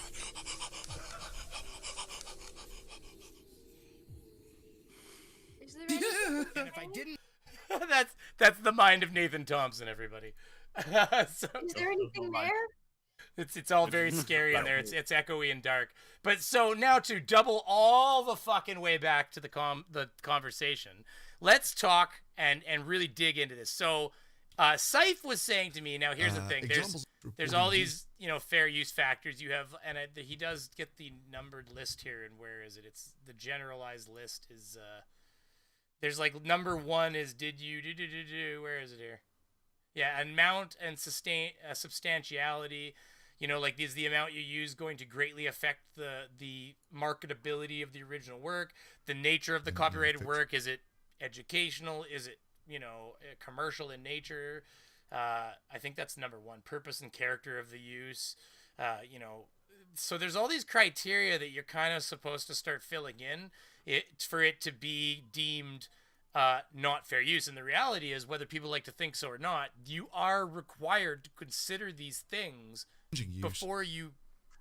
I thought I could hear something. I'm making sure my kid's not down here.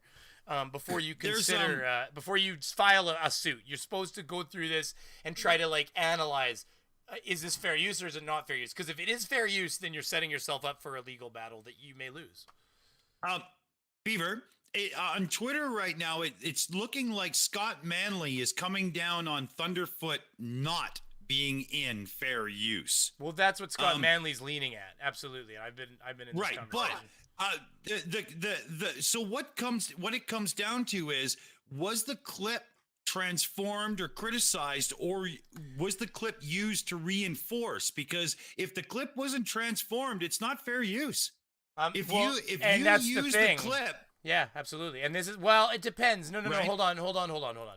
If he was critiquing the filming style of the person who filmed it, for instance, this is where still critiquing. It should apply. But this is what I'm saying. Yep.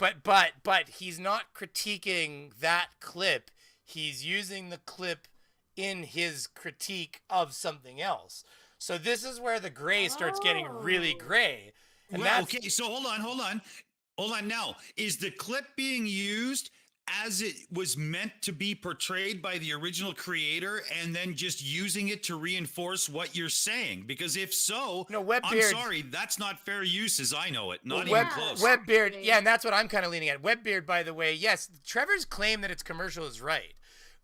When I like right now, I monetize this stream. It should be, anyways. I click the box. Whether or not we swear too many times, that's gonna be on YouTube's issues.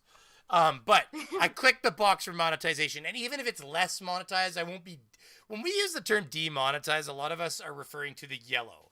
We get a green dollar symbol when we're doing A-OK, and we get maximum ads, let's say. But when we swear too many times, or we've been just a little too naughty for the AI, we get what we call demonetized, but it's actually less monetized. It's a yellow dollar symbol.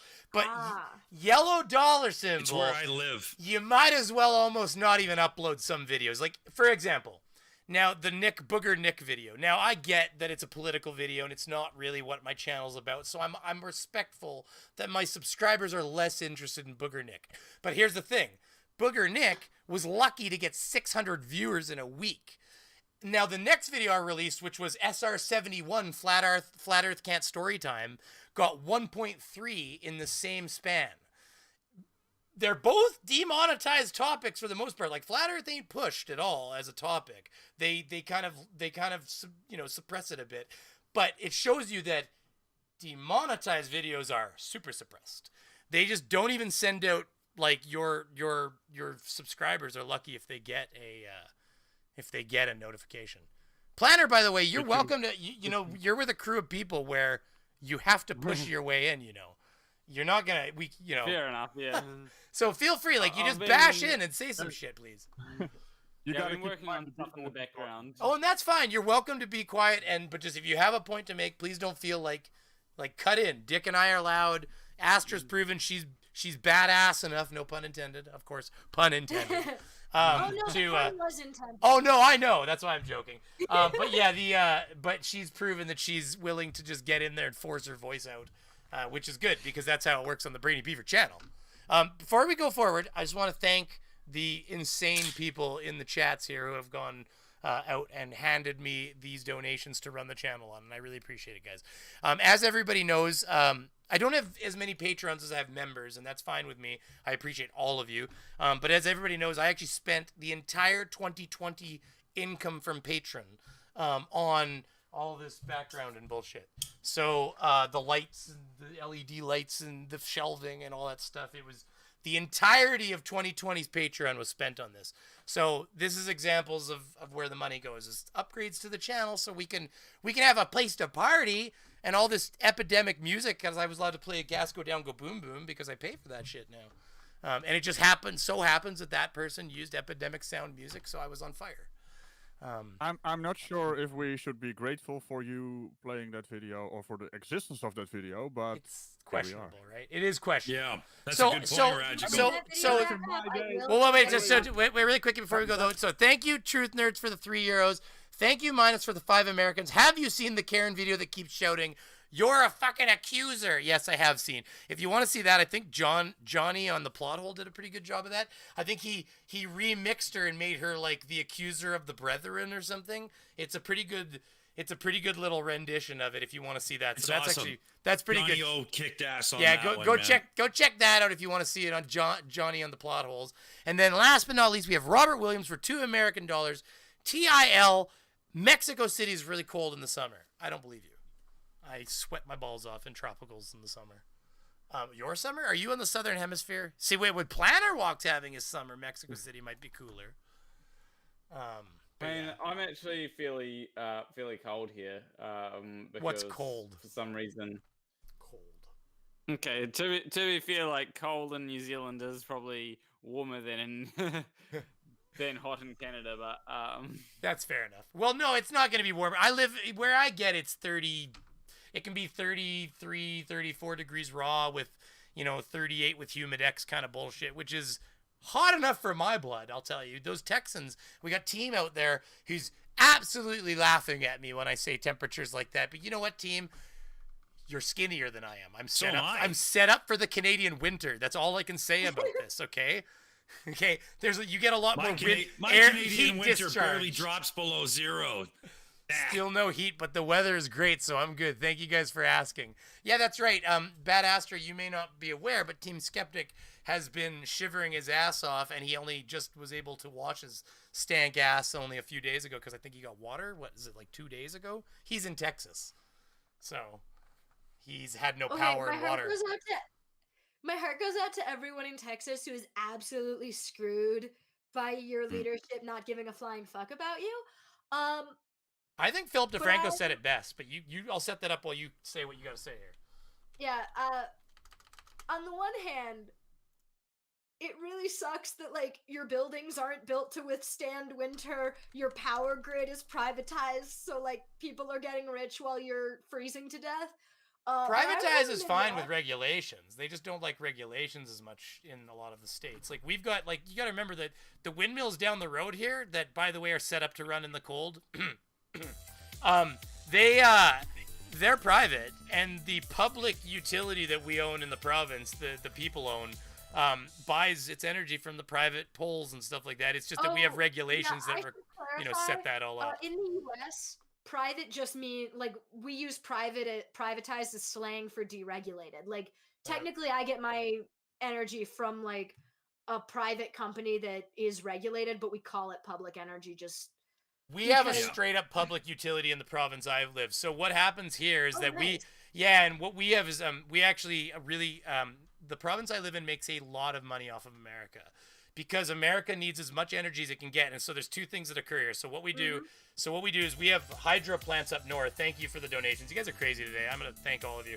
But we have hydro plants up north that are like, like big dams and huge like hydro projects, and they have multiple turbines. So when you have big nuclear plants and stuff and they're generating too much power, they just waste energy. They'll go and like heat up an element out on the yard somewhere. They'll just like throw energy out into the nowhere because they need to get rid of it because they can't just turn these plants down while they're not using it for an hour or two.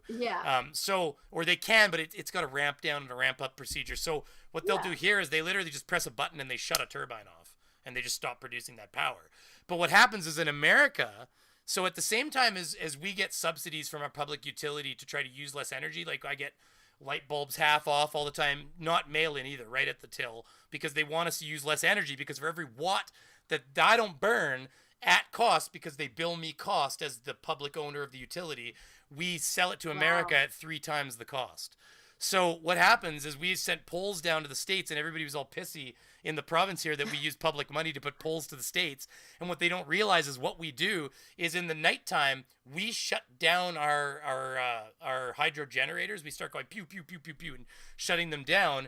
And America has way too much power that they are not able to get rid of. So what we do is America just has all this waste power. So we actually shut down as many power plants as we can, and we pull power from America and we buy it at a lower rate than you guys pay for it even, because otherwise it would be wasted because you're all sleeping and your utility would just be burning it for nothing. So at least they're getting something for it, right? So we shut down all of our plants and we sap off of America during the night. And then once the daytime comes around and America starts using power again, they turn into net consumers again and not net producers. And then what happens is we go pew, pew, pew, pew, pew, pew, pew, pew. We fire up all of our plants and then we start surging power to the American grid and we sell you power all day long. So in the night, we buy power off you and we turn off our own power production to save energy. And in the day, we power up our power production and sell it to America. Beaver, hold on. It's amazing, really. No. Let me stop you.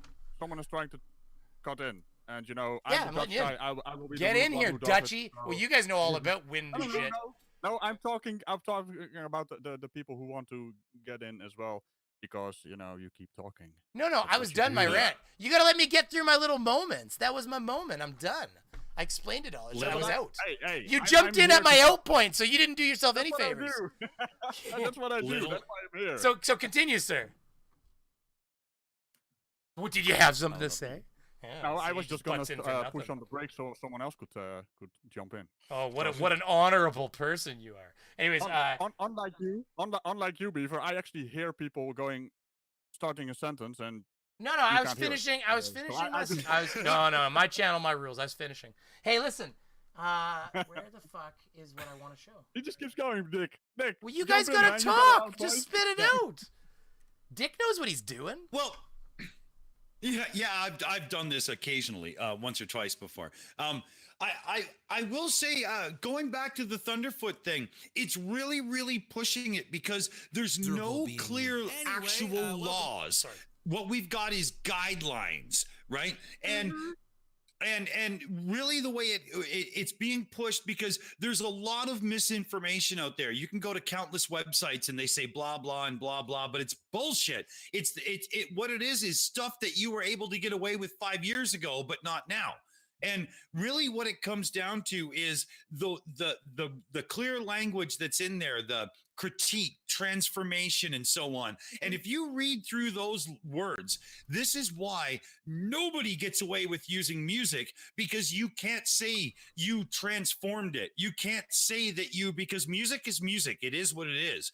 The only way you can get around it is the critique, and you got to pause it every 12 seconds and say something. Otherwise, they put forth their claim and you got to fight. Now, their claim is bullshit, because if you're criticizing the music, you should be able to play the song and interrupt it, right? Yeah. I mean, I'm a one of my little. favorite channels does that. One of my favorite channels, Sideways, who does musical critique. I'm as an actor who can't really sing, I love like people who talk about musical theater music. And I was watching Sideways' video about Cats the movie, and why, like, oh yeah, the music's even worse than people thought, and here's why. And like he has a degree in music performance, and like he had to replace a bunch of the sound because it kept getting flagged. And it's like, no, he's providing critique. These flags are terrible. Yeah, but unfortunately, the record labels, they have a lot of power, and they tend to win the argument, unfortunately, over everybody That's else the even. problem. Yeah, Unless you lawyer up and fight them, you're not going to win. Even then, good luck. They're going to tie you up until you're fucking broke. Oh yeah, they just don't want They're like would win in the Monsanto. end. They're like Monsanto. Here, really quickly, let me just say, because these people are absolutely insane for some reason today, and I really appreciate it, guys. Minus says, for $5 American, I expect that all of my donations goes to you and the missus enjoying bacon. I will absolutely take your money, and that will actually buy me like a half a pound of bacon or something. So I'll go do that with that. Is Robert, that real bacon or Canadian bacon? no, fuck Canadian bacon. That's called ham. People trying to lie to people. They had extra. It's They had extra female pork. ham. They had extra pork laying around. They're like, tell them it's bacon. Robert Williams for $2 American.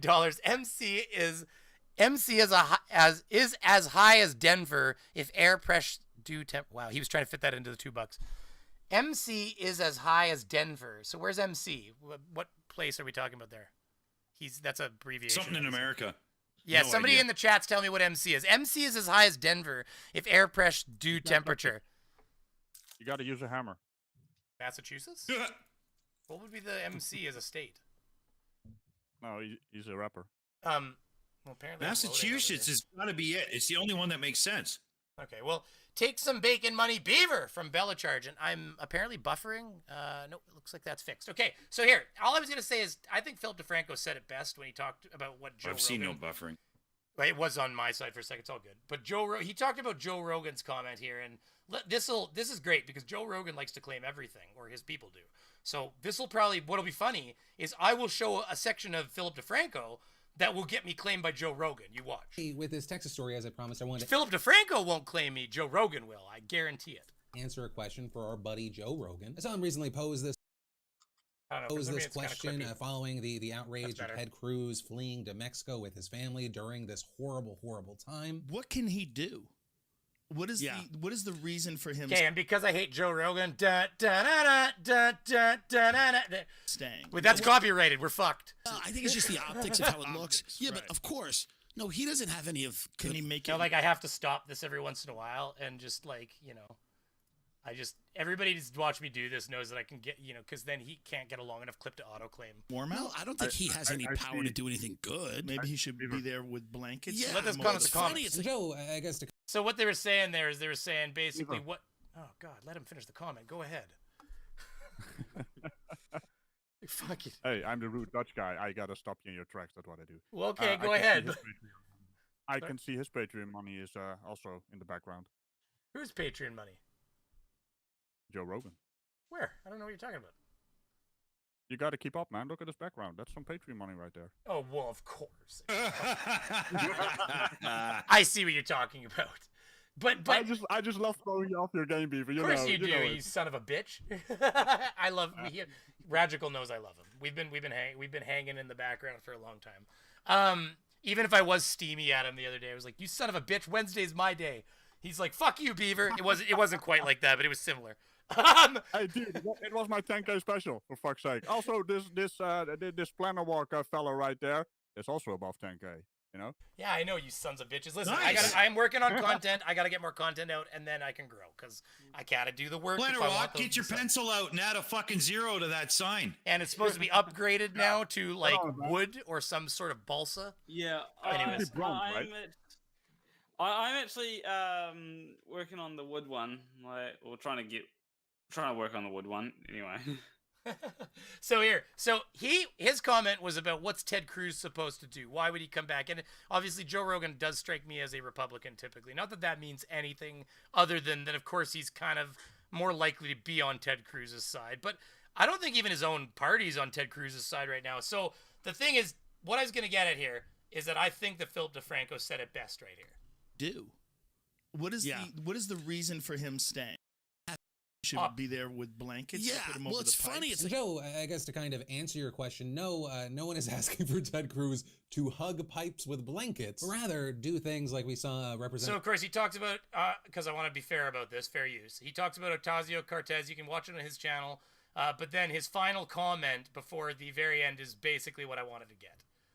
Understand, I say this with like no hate in my heart to Joe Rogan. I just think that that's such an incredibly stupid, sad thought process. What is this elected representative supposed to do for the state? What's Lil old Ted supposed to do? Represent and help the people? Ted Cruz is quite literally a public servant. We need to stop lowering the bar because I already need a shovel to get to it at this point. And that is where I'm going. I thought it was a well said. Like this, stop lowering, because even in our own country, we have health officials that are telling us that we shouldn't be traveling and that we need to stay at home, and then we're finding out off their fucking Instagram that they got an all-inclusive paid ticket from the same fucking airline that told me that they can't afford to extend my fucking ticket, but meanwhile, they can pay for her entire fucking plane ride and a vacation stay while she's there.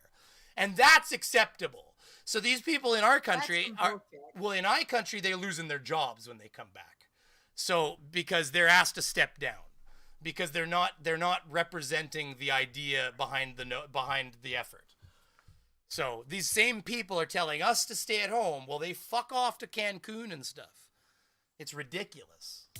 I mean, if I gotta follow the rules, then they should be following the rules too. And the problem is, how can you expect anybody to follow the rules when you have these people setting the example? There shouldn't be two sets of rules. I mean, and by the way, his whole thing, I was chaperoning. Somebody leaked a text. She texted all of their friends and family, was like, It's gonna get cold, shit's getting shitty, we need to get the hell out of here, I'm booking a plane to Cancun. Can we talk about how now Heidi Cruz has to figure out which person in her mom group chat, like which mom in the neighborhood leaked her text to the media? Can you imagine like the block party that's gonna happen? This is the gossip of town. They're all just sitting there at a barbecue right now, just talking to each other. Who the fuck was it? It's like that Dane Cook's joke, which apparently, allegedly, Dane Cook may have stolen every single joke in his entire career from somebody else. That I have no knowledge of this, but this is an allegedly.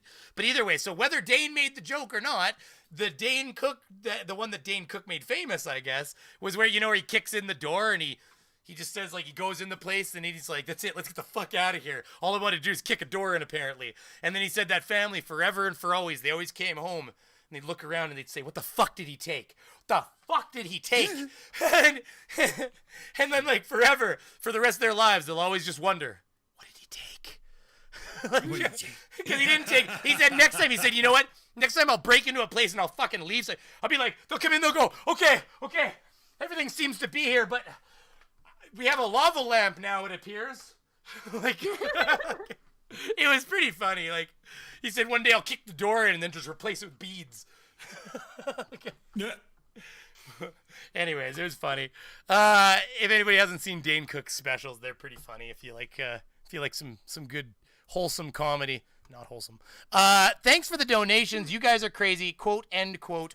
We are not crazy. And then he gives me 10 euros. That is crazy. Okay. You guys are nuts. And I really appreciate it. I know I haven't been streaming early. I've been not streaming enough and it's been later than normal. So I do want to say thank you to the people that have come in here. Now, Team Skeptic was in here saying, and he's still in here, saying, if you guys go back to talking about Thunderfoot's fair use claim, let me know and I'll join. I've studied this. Well, I would love to have you in here to talk about it because I was about to get back on it for a second. So here, team, let me get you a, let me get you an invite because, see, Beaver, it's almost as if we have. Beaver, I was just telling him he's got to jump in because I got to bail in like 5 minutes here, real quick, and so he could take the spot and jump in. It'd be perfect. Well, and that goes for obviously anybody in here. You know, Astra and Planner Walk. Please don't feel like, and please feel like you can stay for as long as you want, but please don't feel like you're required to. So if you do have to leave at some point, please just let me know, and we can let you have some chat time and pimp your newest shit before you go.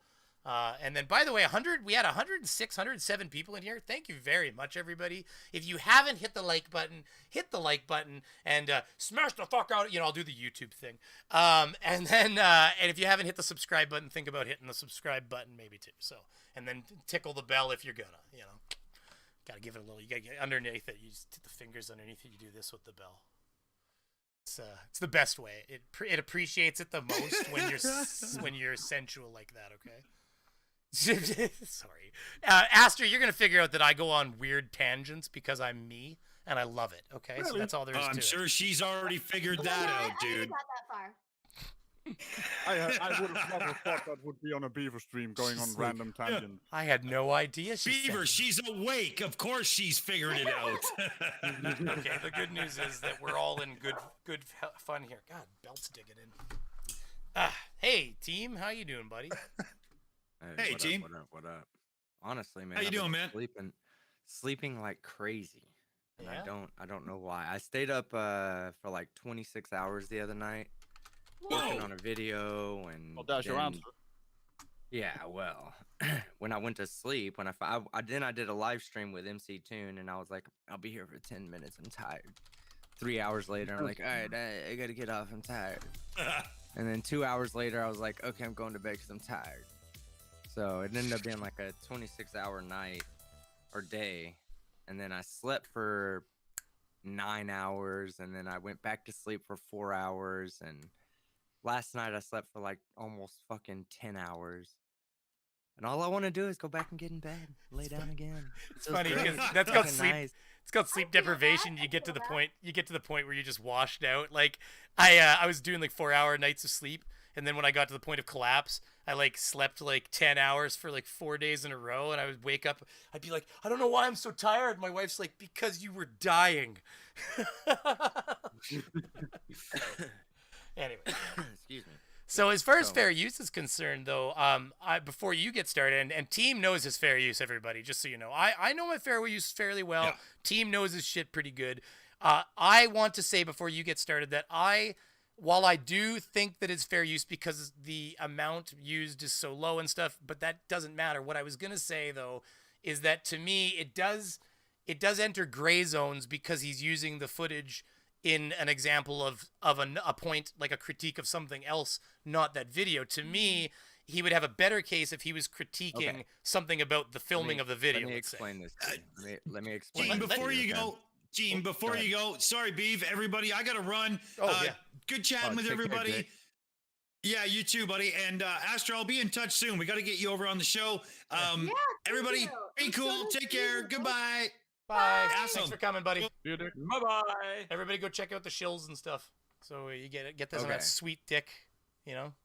So there's two stipulations. There's two stipulations in regards to that alone. Number one, you can use any fair use you want when you're applying for a PhD, for instance, because PhD applications and they're published across the board. Anybody can access someone else's PhD thesis via educational websites and whatnot. So when you're using a copyrighted material, you can use 100% of the material in a non-transformative way when it goes for a PhD application or if it's used in an educational sense.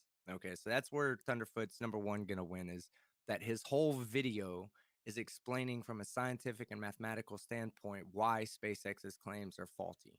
So it's, even though it's separate from the claim itself, it's being used in an educational work of art. Okay, so the work of art was not intended to entertain or not intended to be used in a commercial purpose. You know, you can argue, but it was monetized. Yeah, it was monetized. He'll make money off of it, but it's not being used in a commercial purpose. So, in other words, he's not making a commercial for rockets and putting, you know, that rocket footage into his commercial for rockets, you know, to sell his own rockets or whatnot. So that's the first thing. The second thing is it's a people don't understand what they mean when they say, you know, fair use. You really looks at the amount used and the way it was used. No, they don't care about that. Okay, they really don't, because if you go back and you look at a recent and this also goes for the commentary part. Well, you got to add commentary. No, you don't. That's all false. And there's a new legal precedence for this. This is the Aquila Hughes versus Sargon of Akkad lawsuit that just recently came out, where Sargon won. Sargon literally took this woman's video. He chopped out, you know, 30-second clips and put those together to show the hypocrisies of what she was saying. All right. So when he did that, even though he offered no commentary, zero commentary whatsoever, his video conveyed a different message than Aquila Hughes's. Now, the other aspect that you have to look for is, does it serve as a market replacement or does it devalue the original art or work of art? Okay. So the devaluing is second to the market replacement. Devaluing means nothing, because let's say Sargon of Akkad could say, or there could be an argument that Sargon of Akkad's video devalued Aquila Hughes's video, right? Because it made people see that video and go, oh, well, I don't want to go watch this whole video. Or, you know, the person, what they're saying obviously doesn't know what she's saying, or she's a hypocrite, or whatever the case may be. And that is, you know, that would be the argument for devaluing the original work of art. What it does have to do, and this is number one right here, is it has to serve as a market replacement for the original piece of work. And that's where the real devaluing comes in. Because let's say you put out a music video, right? And I say, okay, I'm going to take this music video and I'm going to put it on my channel. Well, now I've offered people a second place to go to see the music video without having to go to your channel to see the music video. Well, exactly. So that is where they're really going to say, will people now no longer go look at the other person's video because they can see that as a 15-second clip in a 20-something minute video? And the answer is no. The answer is no. So when you look at the four tenets of the of fair use, number one, yeah, it wasn't a lot compared to the full work of art, but that doesn't really matter. As the Aquila Hughes Sargon of Akkad showed. In the Aquila Hughes versus Sargon of Akkad, he used 100% of his video came from her video. There was no commentary. There was no anything. It was simply hers. But it conveyed a different message than what Aquila Hughes was trying to convey. And the simple fact that that's the transformative part. You know, that's what they say. Was it transformative? It doesn't have to be completely transformative, by the way. In a 10-second rocket launch video, if you show the 10 seconds without any cuts, then there's not a real way to transform that. If you talk over it, yeah, you're transforming it a little bit. I don't know in the clip if he was actually talking over it or not. Is it used for educational purposes? The video is 100% educational purpose. And anybody that watches Thunderfoot's videos know he doesn't just go in there and perform commentary like me. He actually whips out the calculators, whips out the graphs, shows the, you know, the scientific values of the different elements that are being used. Like, he does all of this in his videos. So to say that his video is not educational would be just not, you know, not giving the respect to the work that Thunderfoot puts in for his videos. Does it replace it as a market in the market? are people going to go to Thunderfoot's video now and skip around to find the one rocket clip just so that they don't have to go watch it on this guy's channel? No, that's not going to happen. Yeah, and that's either. what I said in Twitter to people. Is I said, yeah, but I said this isn't going to replace his content. And the other thing is for him to ask, like apparently Scott Manley was saying $750 by law is the minimum amount he's allowed, or the maximum amount or something that he's allowed to ask before it goes to small claims, I guess, or something like that. But then my point was, yeah, but then he has to prove that he even incurred $750 worth of damages to then claim damages in copyright. Yeah, like I believe the original, he didn't have but like 6,000 subs, and I don't know how many views. He has a $250,000 views, which that could be worth a few bucks in monetization. Let's face it. But to say that he's cost him $750 worth of loss of revenue due to his 15-second clip, that is not going to be provable. That would be where he'd have to prove that he would have to prove that there was that. About messing with her chin. No, he'd have to prove that about 200,000 additional views in the future would be coming off because of the existence of Thunderfoot's video, which there's no way you're going to prove that. Pull out the analytics and you're going to have to say, well, how many, once the video came out, how much loss did you have? Oh, you went up views because you mean you got exposure and you gained viewership on your video? That's amazing. Well, he didn't really get exposure. Well, you can't tell me that 100,000 people didn't go click on his video though, because of this. Well, now that hold on. That's different because that doesn't have anything to do with the original video. That has to do with Thunderfoot's. That has to do with Thunderfoot making light of the video. Making light of the copyright claim, because you would never know that video came from that channel. That's probably that's what most pissed him off. That's what drives most false DMCA claims. He didn't ask for permission, doesn't fucking have to. Bottom line, I don't have to ask anybody for permission to use their video in mine as long as I'm using it under fair use. I don't have to ask. I didn't credit him. I'm sorry. But a lot of times it can be a courtesy, to give him credit. So here's the thing. The views coming from Thunderfoot mentioning the video, they are probably just going to click around in the video and try to find the 15-second clip in the 20-minute video. So those are, in a way, also worthless views.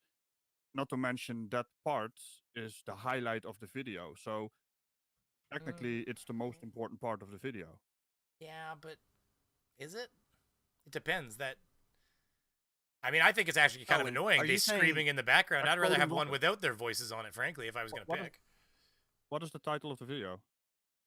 It's the one you talking about, the one on Trevor's channel or the one on Thunderfoot? His own channel. Trevor Malman there's is the channel. Something to be said that he basically took the most important part out of the video and didn't actually transform it, just added it to his video. That's the other claim, and that's now there is another argument that's been made by Saif. We talked about it in excess today. I disagree with Saif's take on it, but he obviously agrees with his own take on it. So Saif was saying, is it legal for you to monetize somebody else's IP that you have now filmed? Now, so I said the problem with that is if you're going to launch a rocket into the sky above my house, let's say, I don't think you have a right to tell me I can't film that and then sell it. No, you have that right. You have that right. You have the right to film and sell it. That's what I think, because they're in public view. Just like here, I said there's a Ford facility here where they do cold weather testing up in Thompson. And what happens is they don't have a single Ford label on the whole building. You'd never know it's a Ford building other than every car is a Ford at it. And what they do is they test new models. And what happens is they cover them with tarps and insulation, and they want to make their bodies look fucked up so you don't know what the new model is going to look like.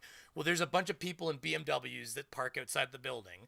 And when one day a truck came out of the facility and the tarp came off of it, and there was the brand new body for the Mustang.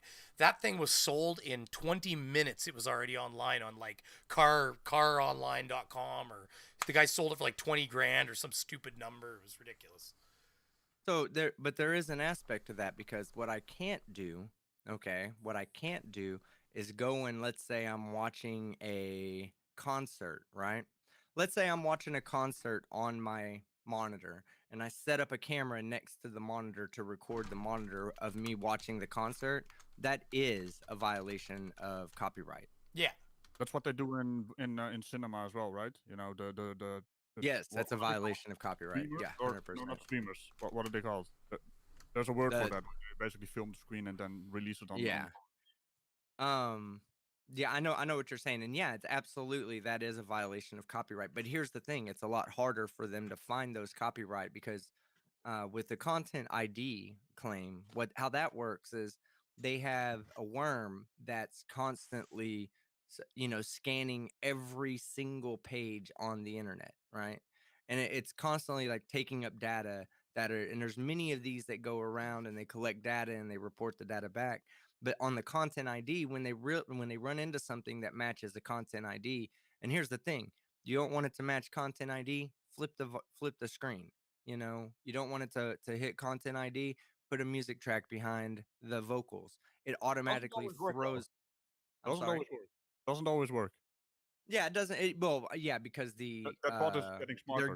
They're getting smarter and smarter. Every time someone does something to avoid the content ID or the copyright system learns from it and makes adjustments so that it can't happen again. It's able to pick up music through wind chimes now. Like it can. Somebody was using wind chimes, and now it can pick up music through wind chimes. Whoa. Yeah. And did y'all hear about the people that literally registered every single possible chord that you could possibly register and put it on a hard drive?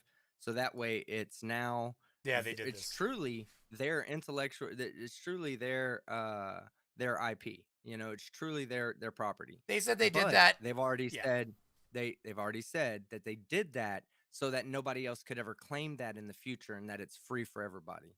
So as each one of these chords come off of the copyright system, it's then going to be picked up by this media that's already been published. And when that media becomes published, like whenever.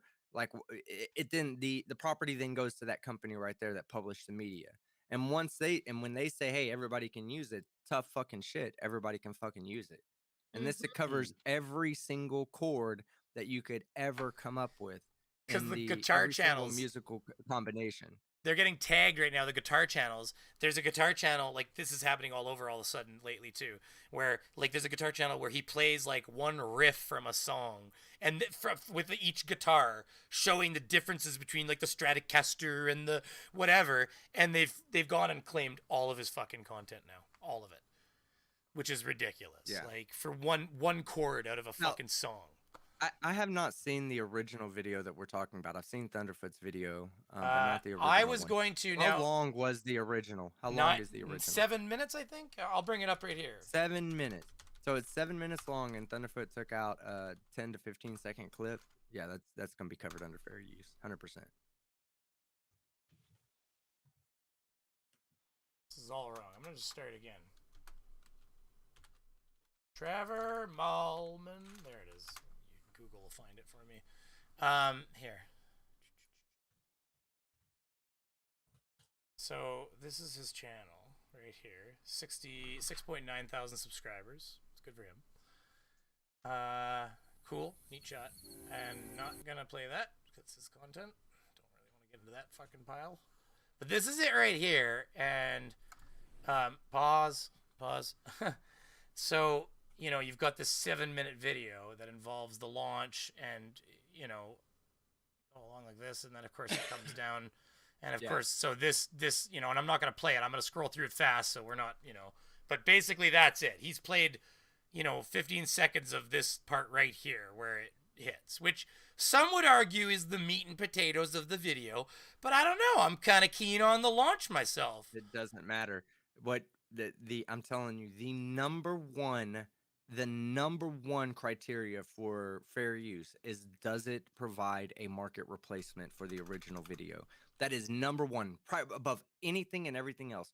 Are people going to Thunderf00t's video instead of his video to watch that 15-second clip, to watch the meat and potatoes? No, they're not. They're not. I wouldn't do that. If I wanted to see the rocket launch, I'd want to watch it from start to finish. Does NASA claim people? I think I've used their footage before and they don't typically claim. Yeah, I don't think they claim. Right? Say it again. Has joined the chat. I said I don't think they claim. Oh wait. I don't think they. That was Radical playing with a soundboard. Oh, So, has anybody said, team? Have you seen So this? Trevor joined the chat. Did you see this, by the way? This is incredible. This is amazing. This is the onboard cameras. Oh yeah, I've seen it. What were you going to say, Planner? Yeah, say it, Planner. I was just saying I don't think they claim. That the parachute has deployed, and we are seeing significant deceleration in the velocity. Our current velocity is 440 meters per second. So, okay, you guys tell me. I'm going to show the part where it lands it, and I'm going to tell you how I think this part works. So, like, this part, I'll go through it quickly, but kilometers from the this surface part's basically, oh, that part's cool. Look at heat shield set. This is the heat Inner shield. Kerbal is coming out, guys. Watch out. Yeah.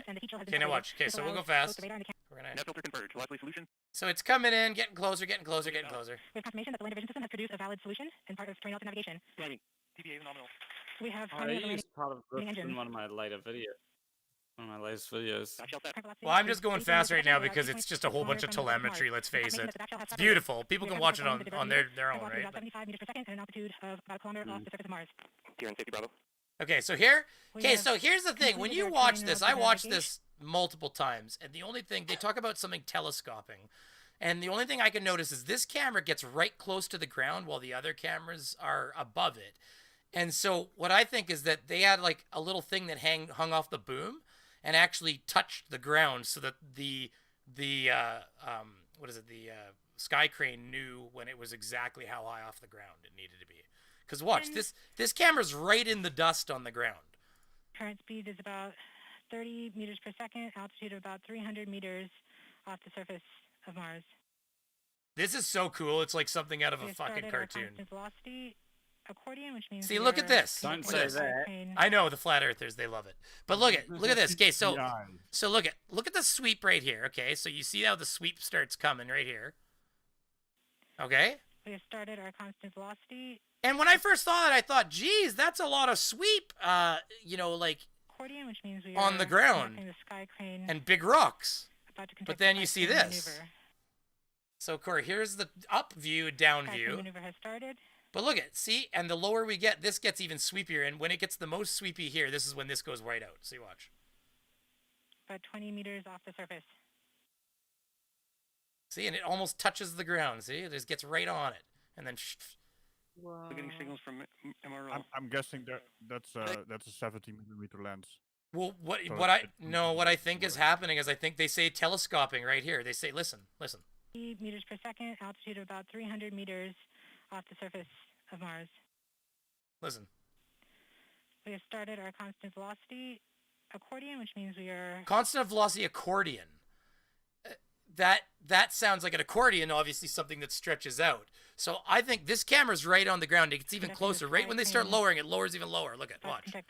They had a little thing hanging out off the boom. See? Because here's the boom right here. You see the line? See the line coming out the center? You see the boom is over here. Right here. See? So this thing probably hangs off the boom, and is how they know that they're exactly how high they need to be off the ground. The other thing is it's really cool is it uses radar.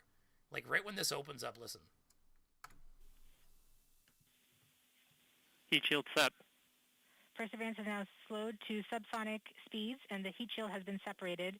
This allows both the radar and the cameras to get their first look at the surface. Current velocity is 100. So the first thing that happens there, it's so cool. It comes out of its heat shield, and it basically, like right there, it actually had popped out. You can't see on the top, obviously, but it actually popped the bottom, and the top came off. So it, the sky crane was out at that point.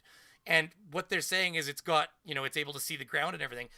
They send out a signal and they bounce off the ground and they radar the ground. And then right here is so cool because it decides where it's going. Watch. 145 meters per second at an altitude of about 9.5 kilometers above the surface.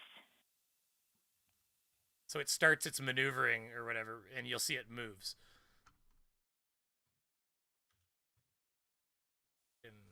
Right in here. Right here. We're looking at a really tiny screen now, by the way. Oh, yeah. Shit. Sorry. My bad. Nav filter you confirmed. need to play Venom Fang X's apology video to Thunderfoot. That's Oh, the best thing ever. I'll take a look in That's 10 what I seconds. want. That's what I fucking want. Well, here, this is from the other solution guy. it gets right here. They say it right here. That's all I wanted to show.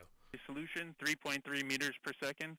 Altitude, 7.4 kilometers. Now has So the solution, and then of course it starts maneuvering right here. radar lock on the ground. Current velocity is about 100 meters per second. As soon as it gets radar locked, that's when it starts maneuvering, and it's it's pushing itself around. That's so cool. Sorry, who did what now? Who are they? Hold on, I'm sending you a link right now. Okay, send me Phantom that link. Fan X, that was the other dude who harassed Thunderf00t for footage. Yeah, it's happened a couple of times, but you know. That was the more famous one, right? Yeah, this was the most famous one, and Thunderf00t said, "I won't fuck with you, but here's what you got to do. You got to make this apology video for me that I can put up on my channel. This is what I want to happen to this guy who thinks that he can abuse the This is copyright an apology. Oh, there he is. Well, Thunderf00t won't have a problem with me playing this, I'm sure, so I'm gonna let it go. From Just play myself to Thunderf00t and other YouTube users. I confirm that the contents of this apology are true and accurate. My username on YouTube is VenomFangAxe. As many of you may know, there has been a dispute between Thunderf00t and myself over the past few weeks. We have resolved that dispute, and as part of the resolution, I am here to express my regret for the misuse of the Digital Millennium Copyright Act to serve takedown notices in relation to a number of Thunderf00t's videos on YouTube. In return, Thunderf00t has agreed not to pursue legal action against me or report me to YouTube. I now realize that I should have sought legal advice before acting. When I served the notices, I did not have a clear understanding of what I was doing or the potential consequences of my actions. I now understand that the Digital Millennium Copyright Act, or DMCA for short, is a U.S. copyright law. A DMCA takedown notice is filed under penalty of perjury, and filing a malicious or knowingly false claim of infringement is a criminal act in the United States. If you serve a malicious or false DMCA notice on someone, then that person has the right to pursue civil action, which enables them to recover damages and legal fees. These are potential legal consequences of misrepresentations in a DMCA takedown notice. Filing a DMCA is a legal right, but it is inadvisable, as this apology demonstrates, to file one without first knowing what you're doing. Oh, sorry, what do you... Further... Sorry, go ahead. You were saying? This video, it really feels like the principal made him say this to the kid he bullied at school. Like, Yeah. That's why it's important to play stuff like this. It's important for people to understand how fucking ridiculous it is to file false claims just because you want to make a quick buck or because you don't like what's being said. People need to see it. And the more people that see this, the less false DMCAs will get filed. Just before we continue, I have a super chat. Oh, you gotta go ahead. Yeah, I gotta admit that this is actually an apology video that looks genuine because he actually had to do it, and yeah, it looks like it's from a script. It's obviously from a script because, you know, he's using fancy words he doesn't understand. But normally an apology video is so disingenuous, and this guy really knew he fucked up. So here is his face. That's a face of guilt right there. I'm sure a lawyer explained just how deep the shit he was in was. Yeah, it's like he's got caught with his hand in the cookie jar. Yeah, it's so weird. Have you ever had a team where you click back on your live window and then you come back into it and it like says my chat revenue changed, which is weird. No. It's weird. It sometimes changes currency for me for no reason. Oh, so it probably went. That would make sense. It probably went now. from Canadian to American then on me or something. But what else could have happened Yeah, there, team? I get it now. No, it sometimes it takes a little bit of time to register. Like it was higher than that, and I accidentally hit back, but then I went back into it and it went down. Is what I'm saying. Don't worry about that. It's just so loading it's a cache page. Yeah, it's just loading a cache page. So I do want to thank, before we continue, Jackalope Herdmaster, because he was the last super chat, and I thought I'd lost it, but I was able to scroll up and get it, so thankfully. So haven't been able to watch a live in a while. I'm glad I made it to this one. Well, thank you very much, Jackalope Herdmaster, for the 5 American ducats. I will use them wisely, or I will massage my wife with vanilla. Either way, it'll be a fun night. Anyways, where's the vanilla come from? That's the real question that people need to start asking. Is it pure or is it extract? Either one, you don't want to know the answer. Anyways, oh god, that's funny. So wait, YouTube states that this is funny though, because Mom clearly made him write this. Presentations in a takedown notice is a breach of its terms of service, which can lead to the termination of your account. The DMCA takedown notices that I filed against Thunderfoot were enforced by YouTube on the 8th of September 2008, and the videos that I had lodged these notices against were removed. As a result of Thunderfoot's counter notices and the fact that I did not take legal action against him, the videos were reinstated on the 1st of October 2008. I did not contest these counter notifications, as I did not have a valid copyright infringement claim and I was wrong to have served these notices. I accept that I deliberately and repeatedly lied. So he obviously got countersued after that by Thunderfoot for basically not counterclaimed because he didn't sue him. So then he said, well, if you're not going to sue me, then you had no right to do this, so I'm going to claim back at you. Mm-hmm. Yeah, that's the thing, and so it could go against this Trevor Mullman's own case, right? Now this lawyer here seems to think it's also fair use. It all out for yourself, because we can't watch. Oh, it's all 100% fair use. It's 100% fair use. There's no questions about it. Okay, so so is there ever any case for somebody? Because this isn't a piece of art, right? So what happens if SpaceX had footage of their own rocket launch that they were selling? What would that do? Like if they had this exact footage that they were selling, what would that cause? Could that cause problems? In other words, the Tim guy doesn't have it at all. Instead of him possessing it, it's actually SpaceX, and they're selling the footage. No. SpaceX has every right. No, but SpaceX has their own footage that they're selling, and then Trevor. It wouldn't make a difference. But I'm saying it Trevor. Doesn't matter whether they're selling it or not. It doesn't matter. If the no. Okay, so I think you're missing what I'm asking right now, though. I'm trying to say, like, what happens? Let's imagine Thunderfoot's not.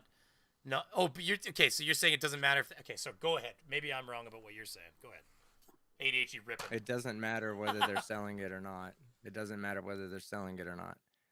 Because they couldn't claim that he affects their market by movies are sold all the time, and you can do critiques of movies. You can do you can use no. Okay, so I got it. This is that. Yeah, you don't understand what I'm asking. So what I'm asking is, let's imagine that you're Trevor Mullman, okay, and you go over there and you film this rocket launch. But SpaceX has also filmed this rocket launch 10 feet to your right.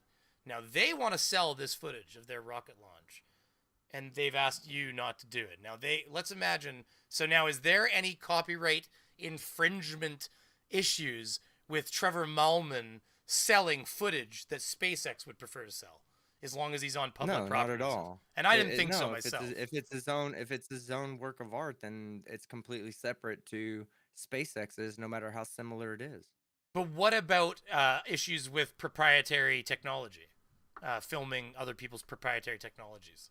Well, that's why they have private lands, and that's why they have. So then you'd be required to keep people far enough away from your shit that they couldn't see it properly. Yeah, if you're on public property, you can film anything you want. That's what I thought personally. That was my personal view. Is that because I said, if you're going to launch a rocket over my house, I'll be damned if you're going to tell me I can't film it and sell it to somebody. And over the house, they didn't launch it over anybody's houses, but I'm using that as an extreme example. But you get what I mean. I'm just saying, like, you know, that's the whole thing that the First Amendment auditors are always on about, right? Is that you can't trespass what the eyes can see. Well, if you're going to fire something into the sky and you don't have a, 5,000 foot tall fence, then don't know what to tell you. All right, here's the thing. Okay. Red's Rhetoric films rocket launches, right? Okay. His films are his property, no matter what. It doesn't matter that he's filming secret technology going to space, which a lot of it is secret technology going to space. A lot of that technology on the rockets is not shared with governments in other countries and other space agencies.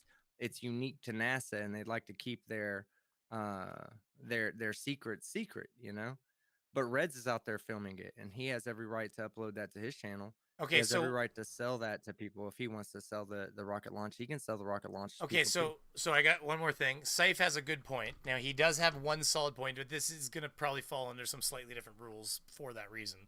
But he said, okay, so the Eiffel Tower during the day is not copyright, but by night is because of the light design on it. How does that work?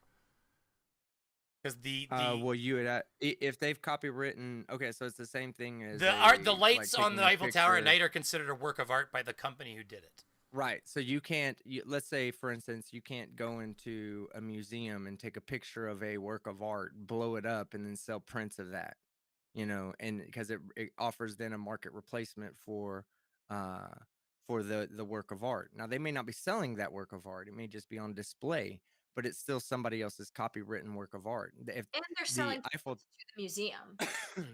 Well, yeah. So they could be doing it that way, even if it's not, even if they're not selling tickets. Let's say the work of art is, put away somewhere private and it's not making any money, it's not generating revenue, and then somebody goes and takes a picture of it and then blows it up and puts it on a T-shirt. Well, they can't do that. That's still a work of art. It's non-transformative.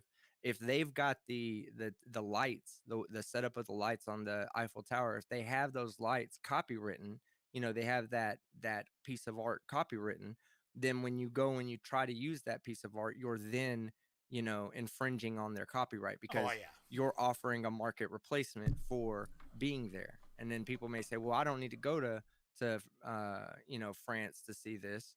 I'll just go to, Teespring and buy the shirt.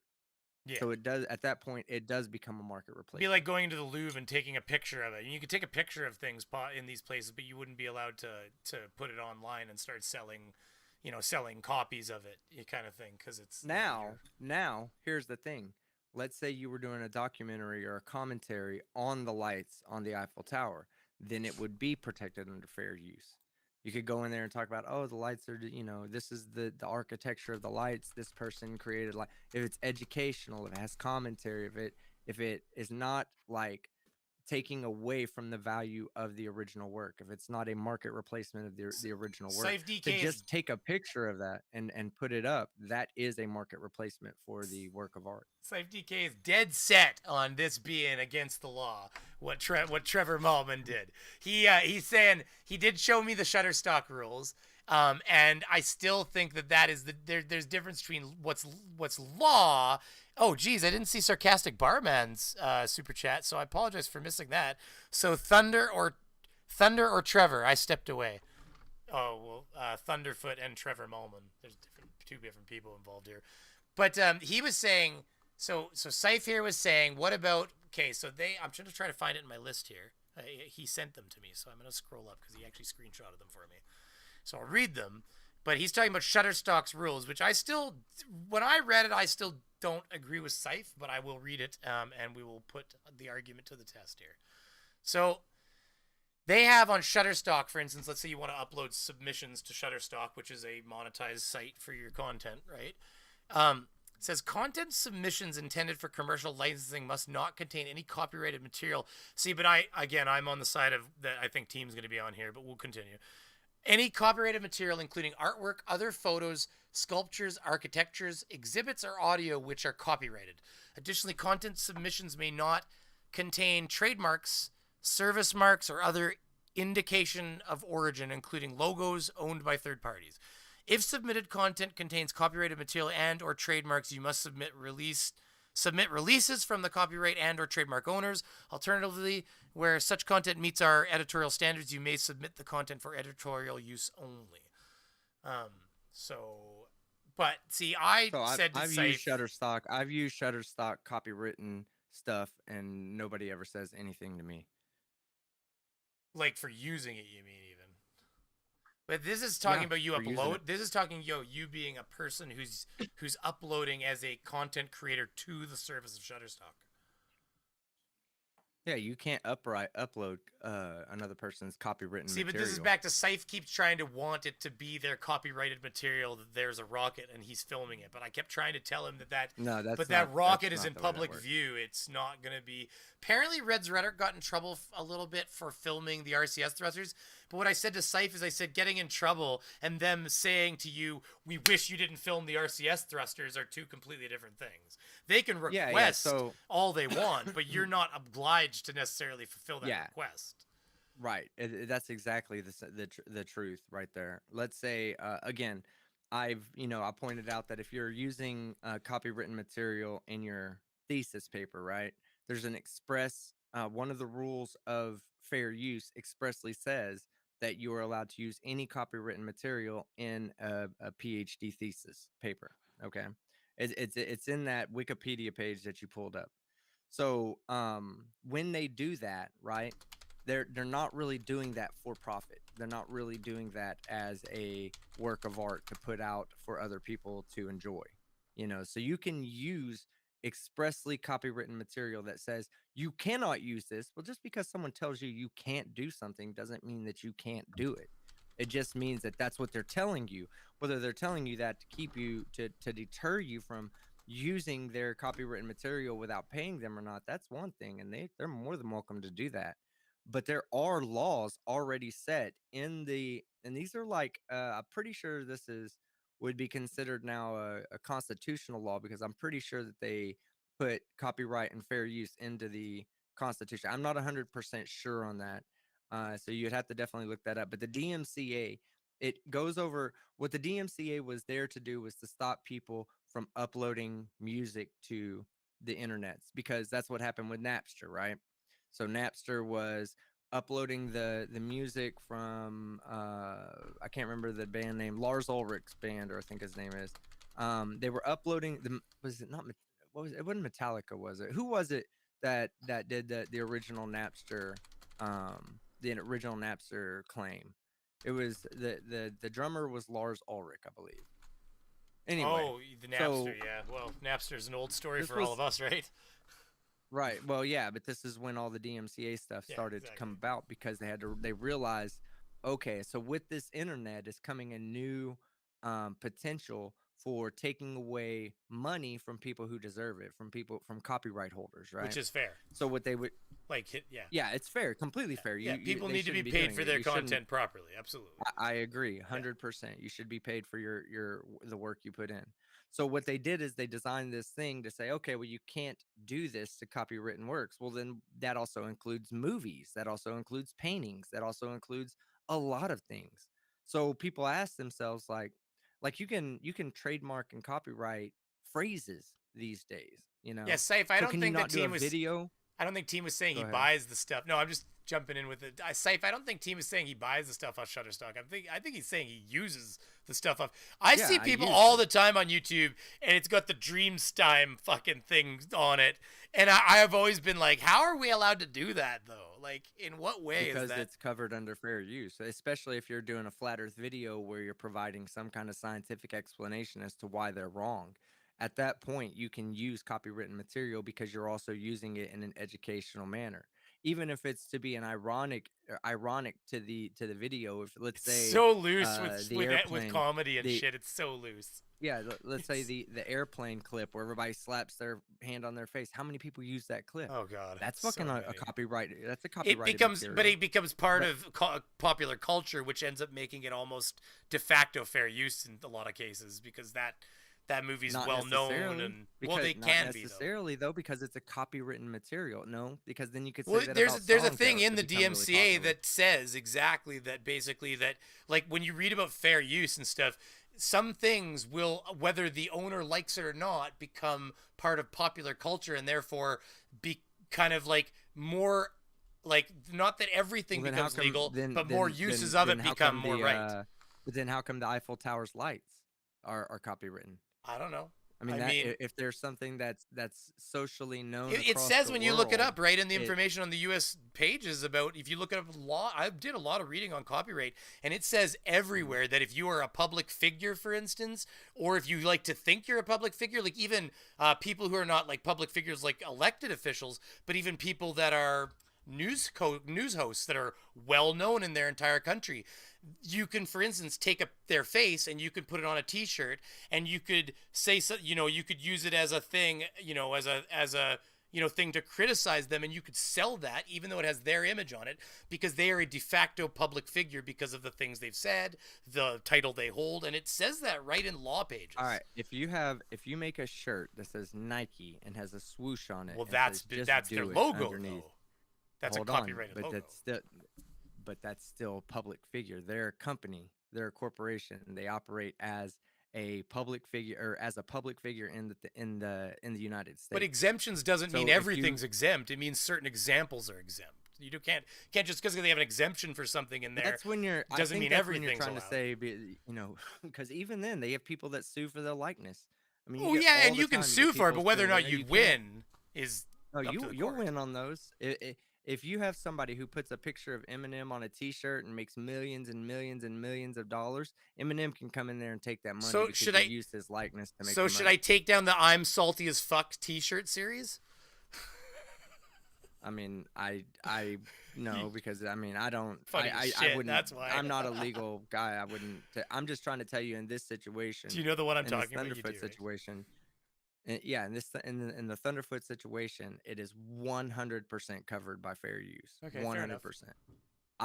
I want to see a Venom Fang X apology from this guy, but see, the thing is that it's a little different in this situation, right? Because Venom Fang X actually filed the copyright against him, the DMCA claim against Thunderfoot, and had his videos removed the same way Daniel Pratt did me. He had my video removed by filing a false DMCA claim. So in this situation, he hasn't been taken down yet because nobody's filed the false DMCA claim.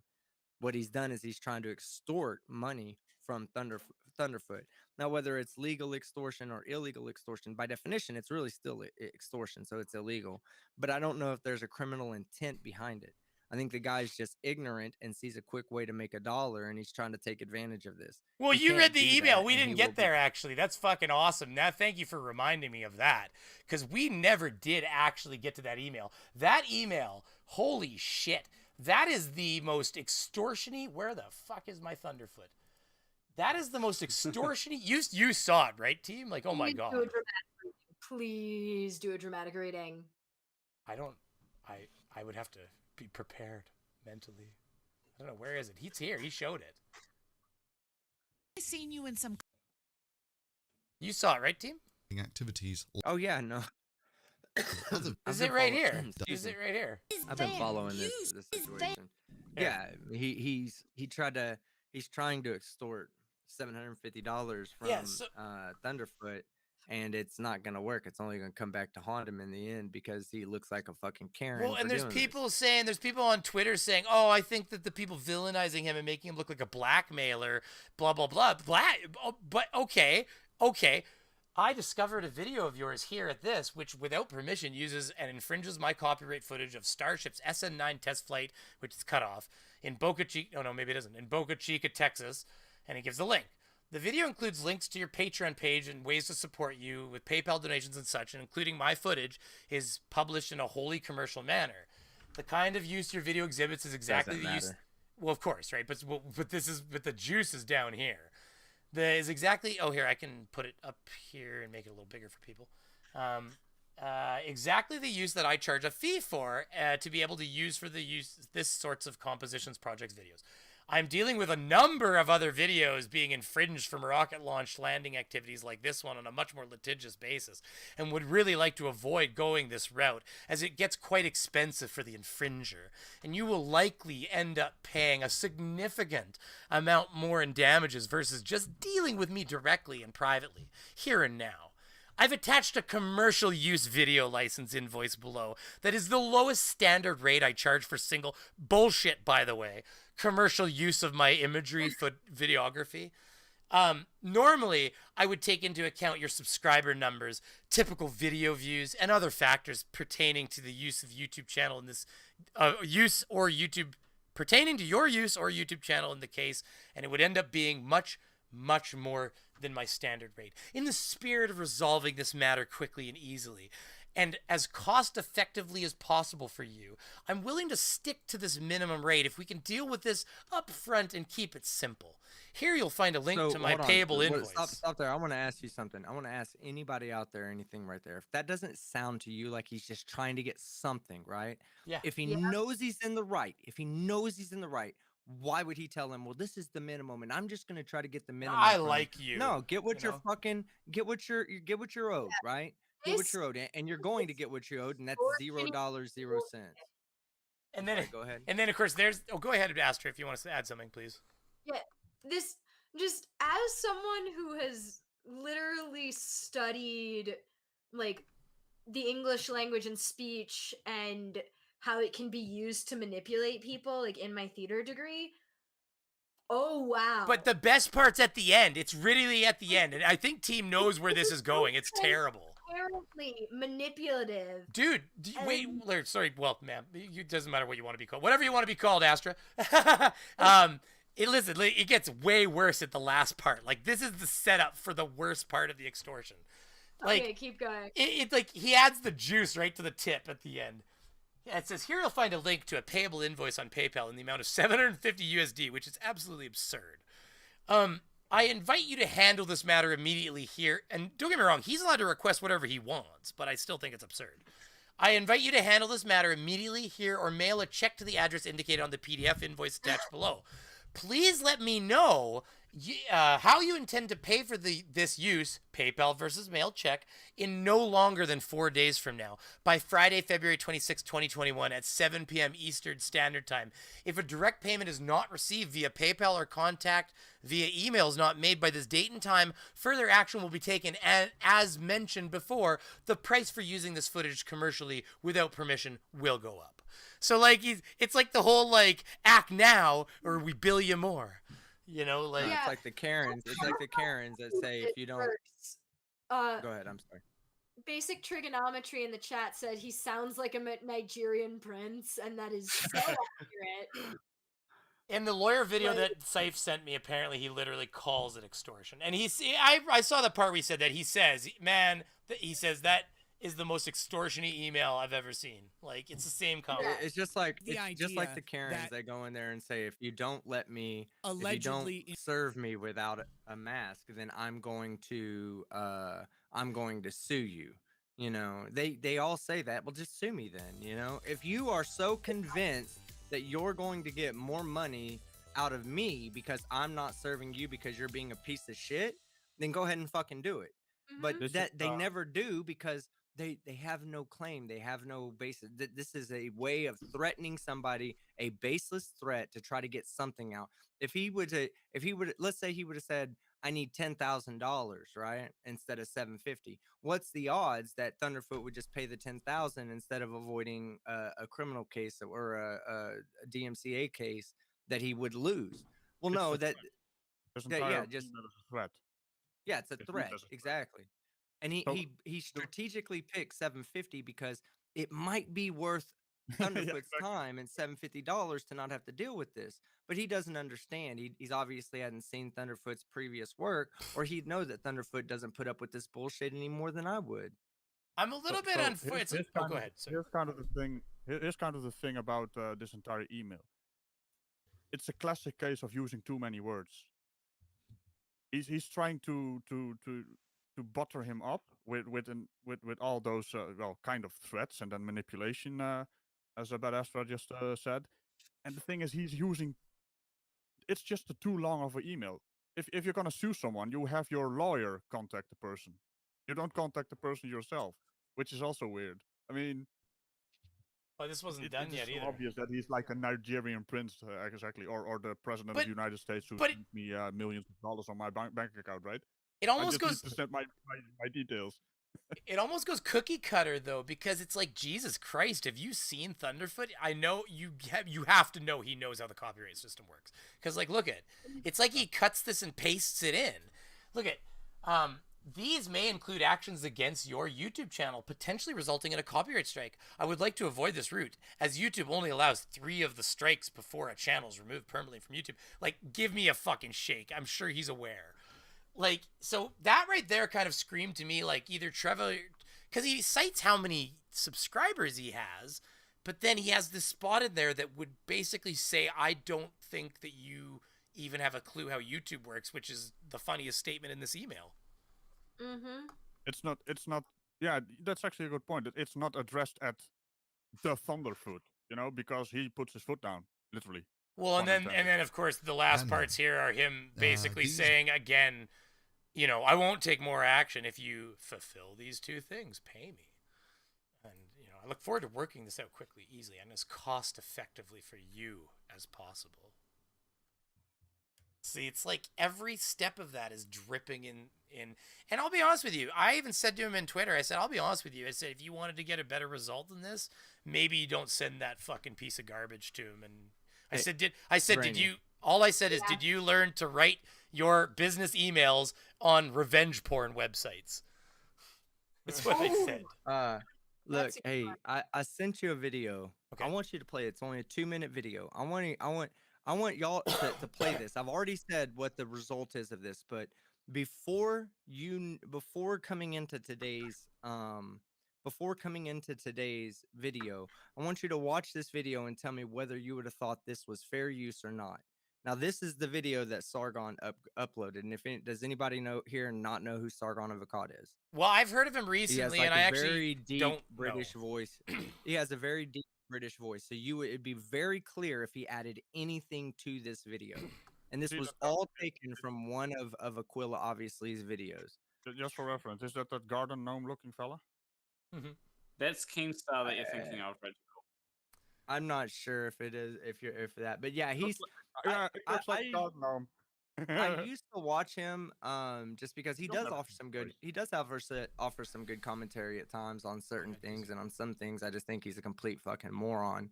I think about 80-20%, 80% boost. Yeah, I stopped watching him.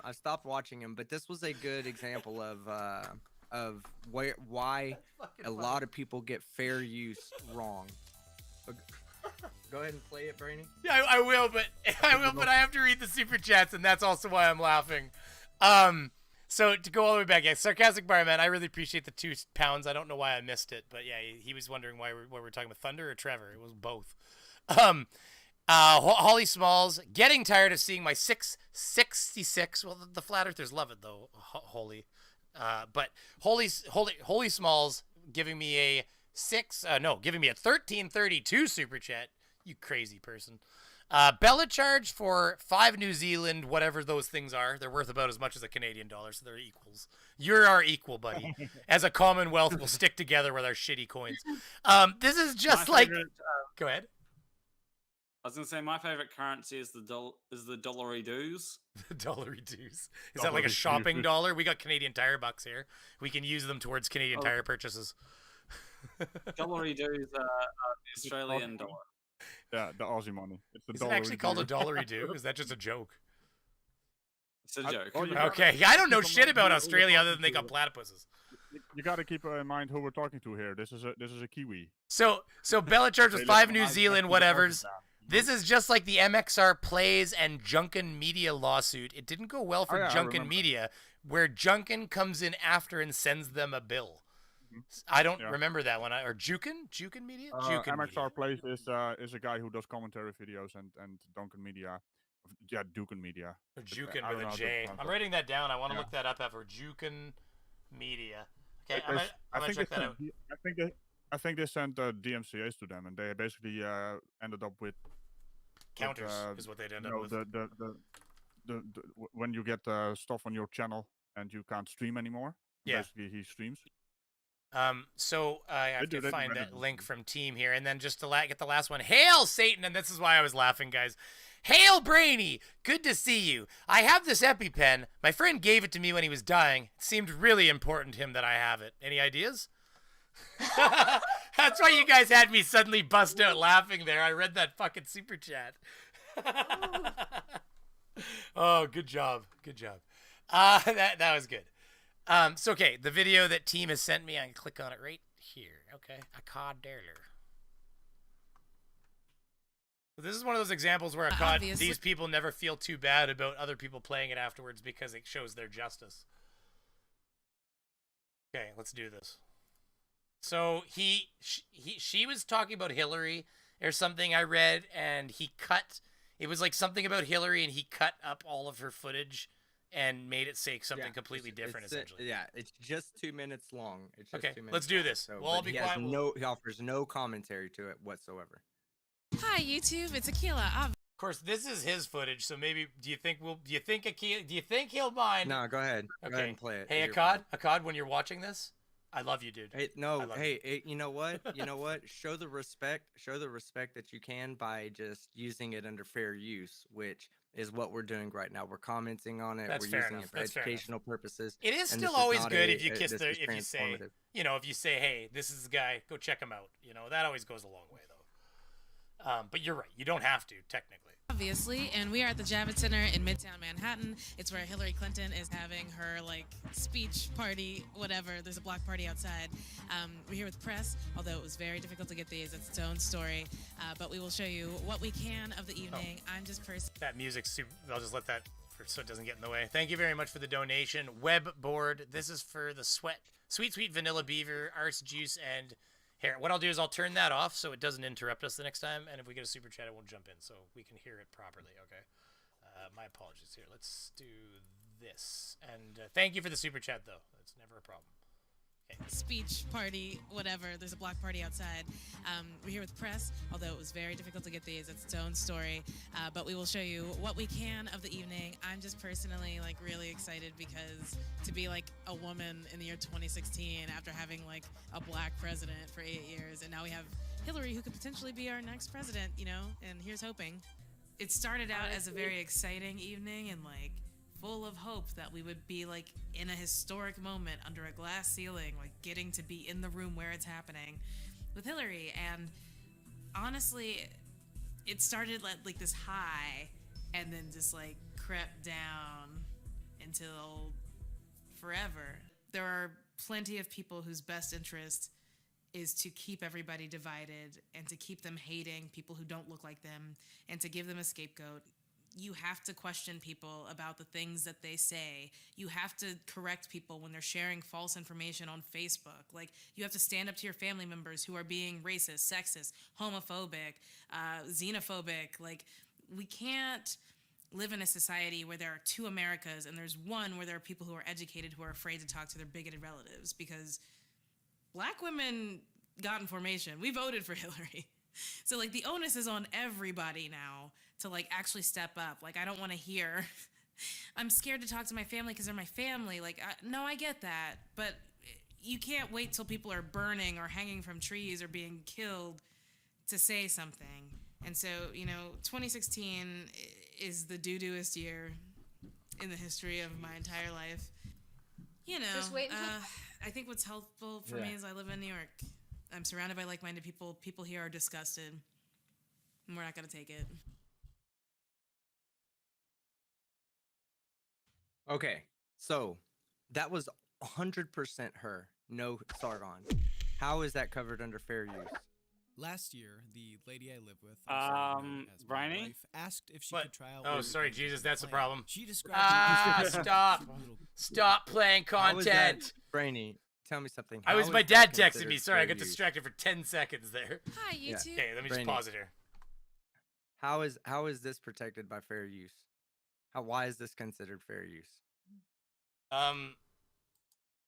Well, because he's altered her videos in a way that has her saying, he's making a point that out of her own words that she doesn't. I don't know the whole context of the background of what his original argument was, but what I do think he's trying to do is point out that her own works are there's hypocrisy in her own words and the things that she stands for in her own party versus other people around her. Watching that video, do you think it's covered under fair use?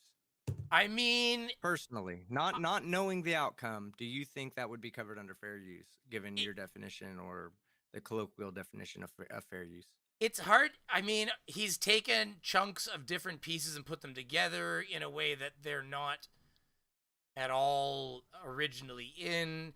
At no point, because there's cuts. I mean, it doesn't replace the original work. I mean, just like everything in fair use, it's very gray. But I mean, I would have personally thought that was probably breaching the line because he didn't include commentary. Because we've even been told that a lot of times putting text over the screen isn't enough.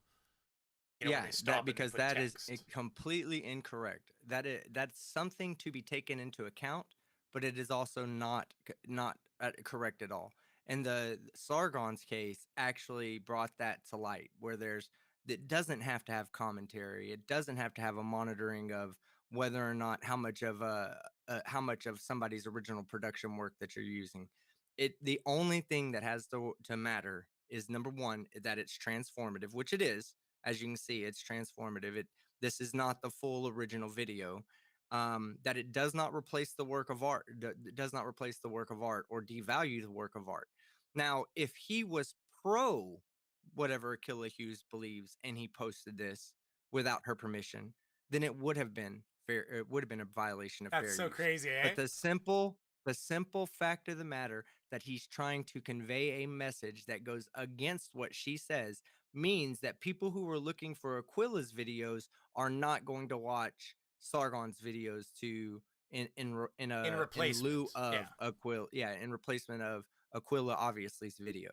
So by definition, it's still fair use, even though there's no commentary, there's hardly any transformation, but it's the overall message that's conveyed. And they used Aquila Hughes's tweets against her because she admitted that, when in her rage tweeting, she had accidentally admitted and told her fans, oh yeah, this other guy who's completely anti-me put up this video, taking my words out of context.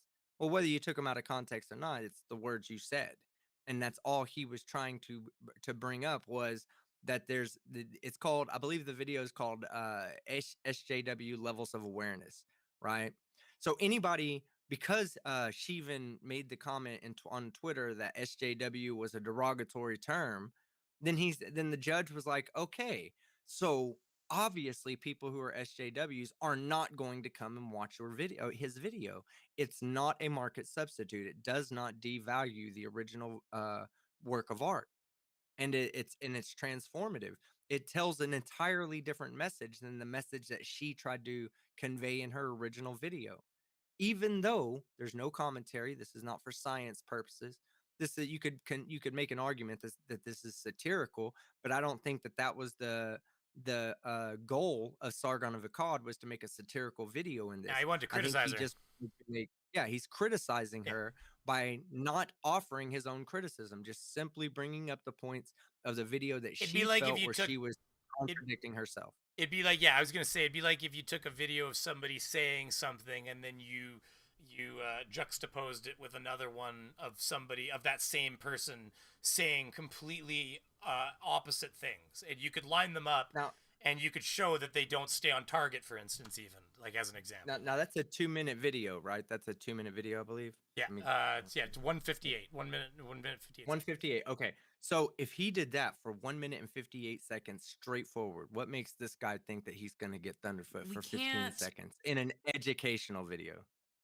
Yeah, well, and don't get me wrong, and the other problem is the courts, whether now with the music industry, it's a little different. They got big, deep pockets. I don't know there's obviously a lot of stuff that's been going on there for years, but when it comes to video, especially like in YouTube cases, they actually, believe it or not, they tend to lean towards the side of use over non-use. And the reason is because as soon as you start blocking use, which does need to be blocked in cases where it's being wrongly used, but as soon as you start blocking use, you just start really layering on. It becomes really quick, that'll get out of hand where suddenly people can't use anything. I mean, there were people recently that were saying memes shouldn't be allowed, and it's like, seriously? And there's people that don't think we should be able to stream game content without paying them to stream their game content. And the thing is, well, and all I was going to add to that is I'm sure the creators of Among Us and Fall Guys are extremely happy that people were streaming their content. But that doesn't matter. That doesn't matter. It's true. Nintendo actually does have a claim there. Nintendo actually does have a claim there because you're actually streaming their work of art, everything they've done, even if it is your playthrough on their work of art, unless you have exclusive rights to be able to stream that, which most games don't give that, by the way. Like 9 times out of 10, like I got hit with a copyright from Modern Warfare. But it's for the music, to be honest, on my no, I don't remember what it was for, but I think you told me it was the music. I literally, I don't remember exactly. That what thing it was full for. of copyright music. It was all copyright. But I messaged them. I filed a counterclaim, and it got fucking like it was found to be that I was right. They dropped the claim. Oh, okay. So you were able to do it. It depends on it depends on the company, but Nintendo has the right to claim those videos. And it all started when people first got games like on the secondhand market that were being released prior to their release date, and people were putting them up on the internet. Well, what did that do? That devalued the game itself. the people that were looking for an experience, instead of them going and purchasing the game to get that experience, they were now able to experience it through the YouTube video. And so Nintendo did have a claim there. They did make a claim, and since then they've gone out to say, you know what, you stream a Nintendo game and you are pretty much putting yourself up for copyright claim just by now, streaming a Nintendo game. recently they've been floundering on that a little bit more. I've heard that because the thing is, their games don't get the kind of play that other games are getting now. Because other games are taking off like selling like hotcakes around them, while they're not, because they're getting the viewership. Nintendo is the worst company out there. Oh, they're as the far as worst in the video world. games go. Absolutely. They literally shut down a tournament because they were going to be using emulators so that they could conduct the tournament using and conduct the tournament and still maintain the COVID-19 standards of social distancing and wearing masks. So he said, you know what? Let's not bring everybody together for this tournament. Let's allow them to do it from home and use an emulator that would allow them to basically play online instead of controller. They just didn't want them to and have Nintendo an emulator. shut it down. Yeah, they shut it down. They did not want to have they didn't even want the game to go on because it would have been infringing on Nintendo's copyright, because to use the emulator you have to have the ROM. So if you don't have a ROM reader at home to actually read the ROM from the cartridge, then you're downloading the ROM from an illegal website. And if you're downloading it from an illegal website, you're taking money out of Nintendo's pockets. And that's why they came to that. And they were well within their right to do that. I mean, they would lose money in the long run if, it's given the games are still selling on cartridges. We'll just The thing say that's that. crazy about Nintendo is that they have the largest collection of games in the world, and they sit on top of their IP like a dragon. And I mean, they should get paid for their IP, but I mean even things like the Nintendo Classic, the mini Nintendo. Oh, sorry. Do you know how many mini Nintendos my entire city got? There was like 50. I guarantee you there was those people are 55 either breaking the law, for the whole city. They're either breaking the law. No, they're that either was breaking the Nintendo. law, No, that was or they Nintendo made paid- that. No, Nintendo Okay, made I was gonna say if this is somebody released by sells that, 'cause Nintendo. you No, see no, them this all was the- Nintendo right, made right. this. So, Nintendo sold I it at understand, I GameStop. understand. They made this product and then they sold out. And then they went, oops, limited time item. We only made so many. Do you know how few they fucking made? Winnipeg got 55. There's 750,000 people here. They sent, there was people lined up around place. I was there to get one on opening day, and literally the person came out, he counted, he said, we've got 5 of them, so everybody else might as well leave. And then everybody found out Walmart had 5 of them. So then everybody swarmed over to Walmart. I just saw how many people were entering, and I just went home. But that was it. And then they never released it again. And that was an official Nintendo release. And then a couple years later, they came out with the mini Super Nintendo that had a bunch of ROMs on it. Looks like a little Super Nintendo. And they did the same thing. Fucking whole city gets fucking 100 of them. And then they never make it again. And then they expect people not to buy the Chinese one that is fake, that costs half the price and has 1,000 Nintendo games on it. I can have it for $35. Like, it's crazy. It's made from the same factory, basically. It's because the guy knew somebody else. They just put a sticker on it, said something else. So you're right. That was, but what I know the ones you're talking about, team, is there was ones originally that were not founded, and they end up getting removed from the market. Yeah, I was finishing my point. Doesn't care about IP.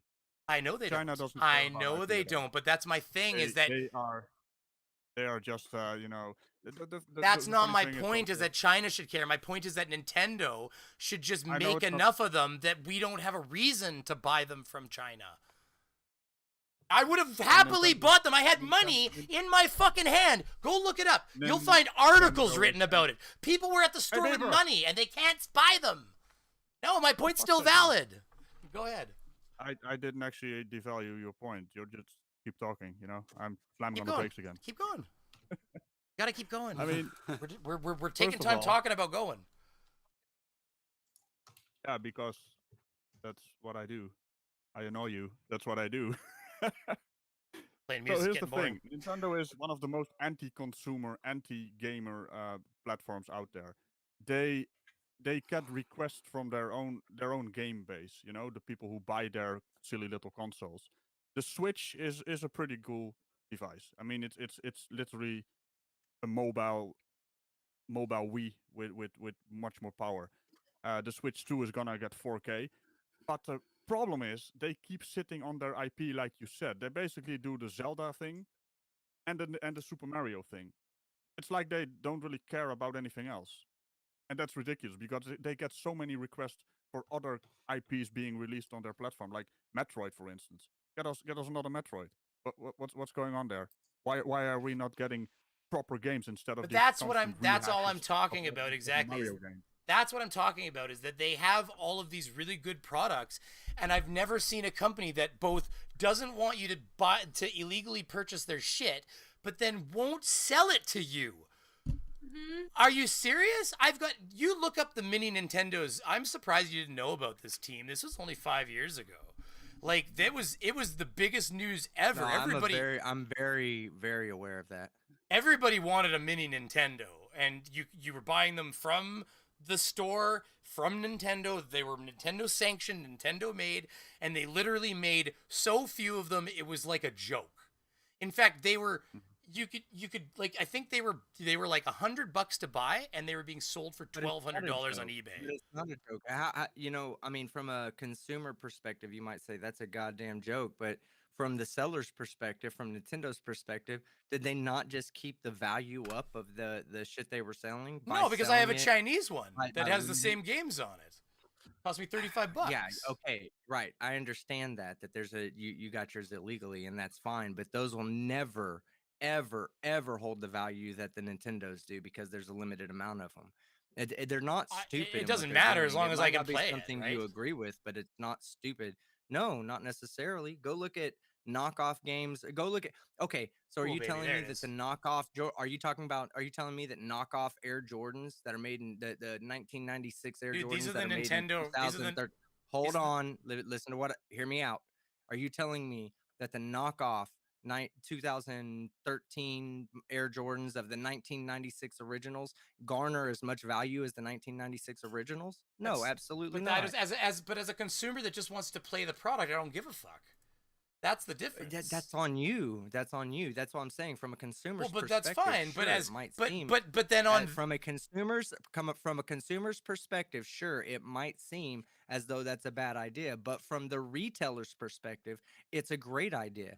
They keep the value up of their product instead of devaluing it by flooding the market and having 1,000 of them sitting on shelves. Okay, but they're in the not stupid. But in the They're meanwhile, just I can anti-consumer and anti-gamer. Yeah, well, but that's okay. That's fair enough. I mean, at least you ended it with the right merit. So that's all I'm trying to say. You're right. They're a business. That's You're all they right. care about. They care about the money in the bank. They don't But- care about the quality of their But games. they sold. So you want to talk about examples? The first Nintendo. What's crazy is you can actually still get parts for your Nintendo. Like, I got my Nintendo sitting right there, and that has a new, as of only a decade ago now, but it's from the 80s.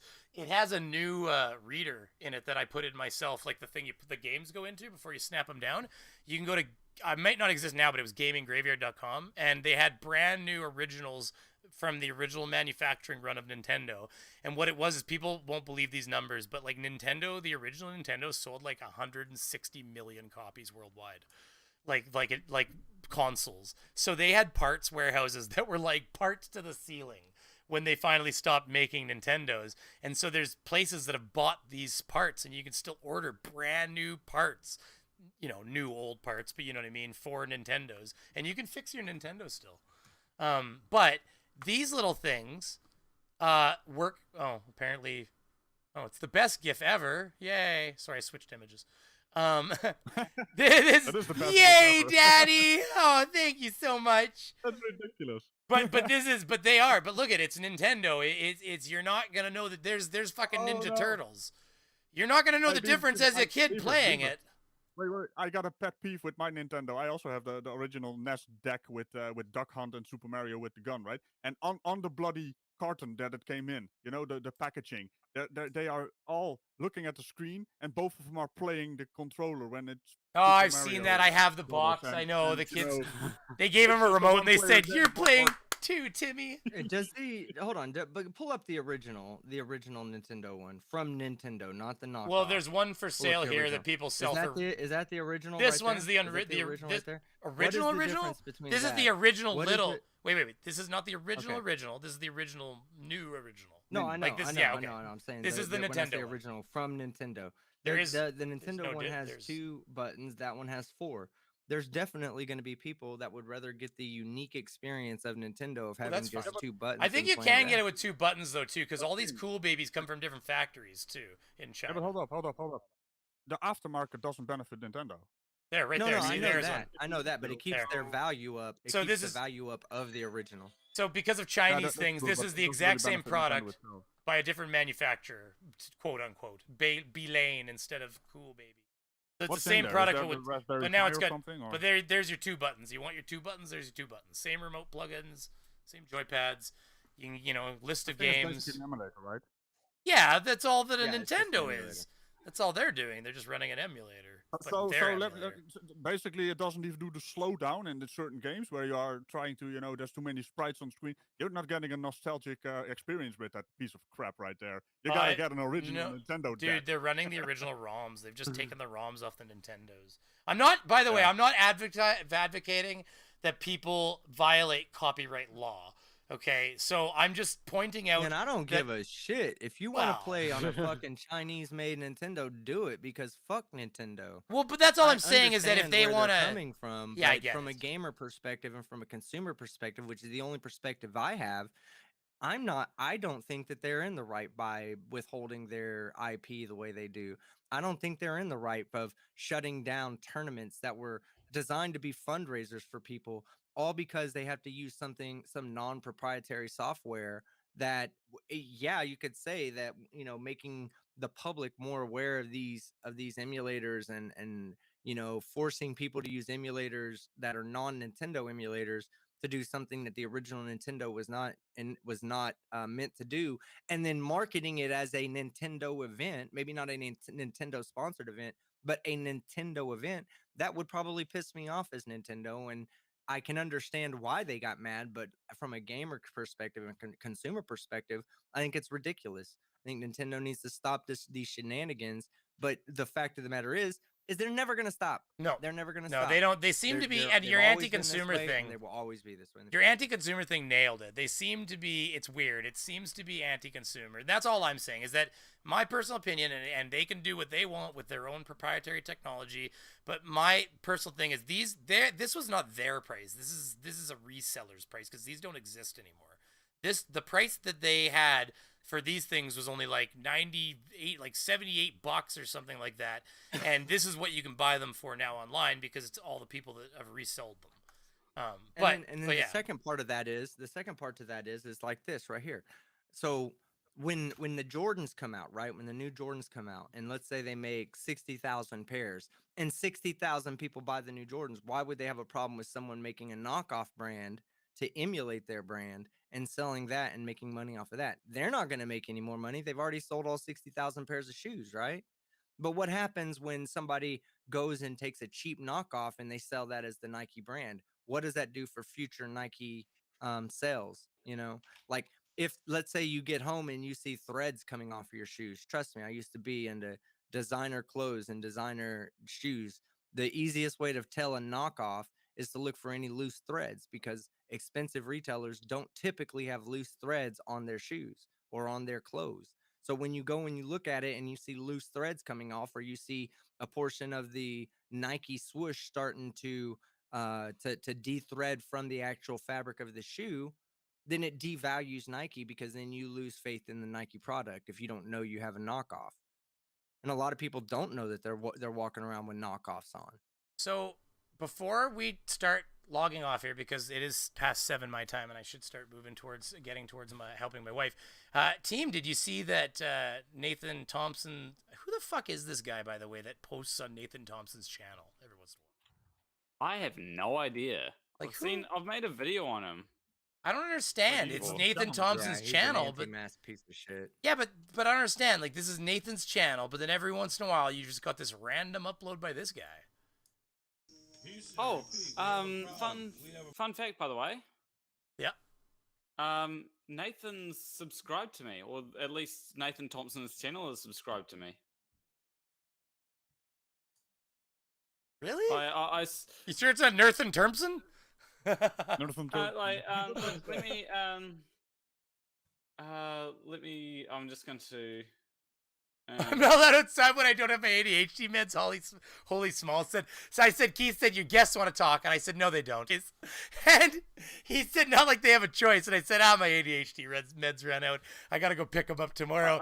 She said she's not allowed outside when she's not on them. I just sent you image on Discord, Brainy. Okay, I'll grab it. Yeah, that would be Nathan's channel. I don't know how else you would, Wait. Copyright summary. Why did I get that too? Oh, actually, you can go to Nathan's channel, and in the channel section, it turns out, of course, he's subscribed to Team Skeptic. He's subscribed to me. He won't be subscribed to me. Nobody fucking subscribes to me, those assholes. Every once in a while, I'll get a comment from one of them, and I'll be like, yay, I'm important all of a sudden for like a day or two. You don't piss them off like we do. I gotta get there then, eh? So I gotta work my way up.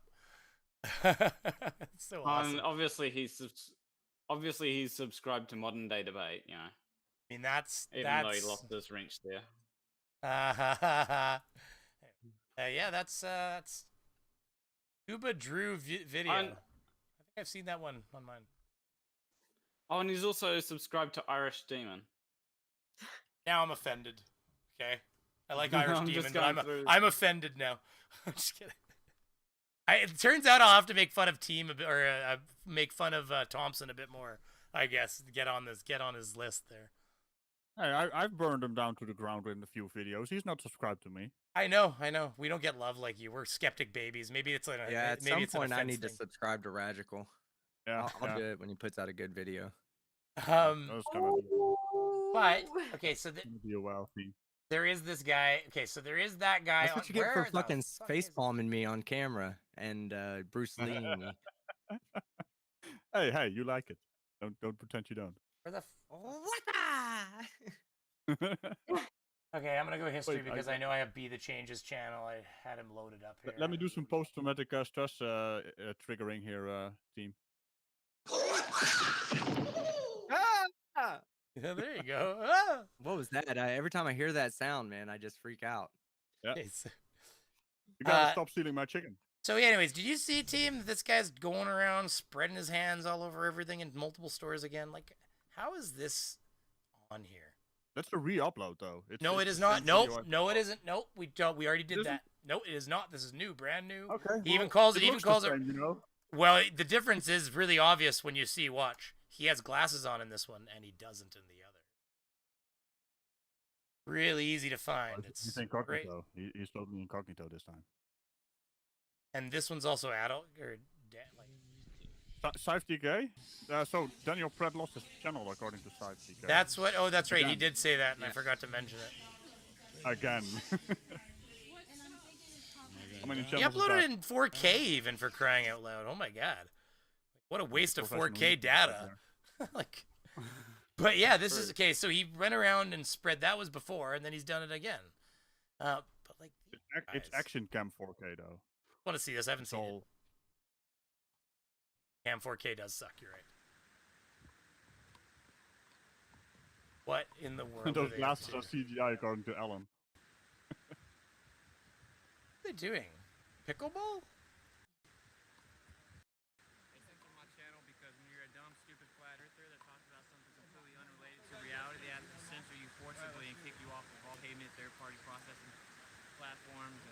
Social media platforms.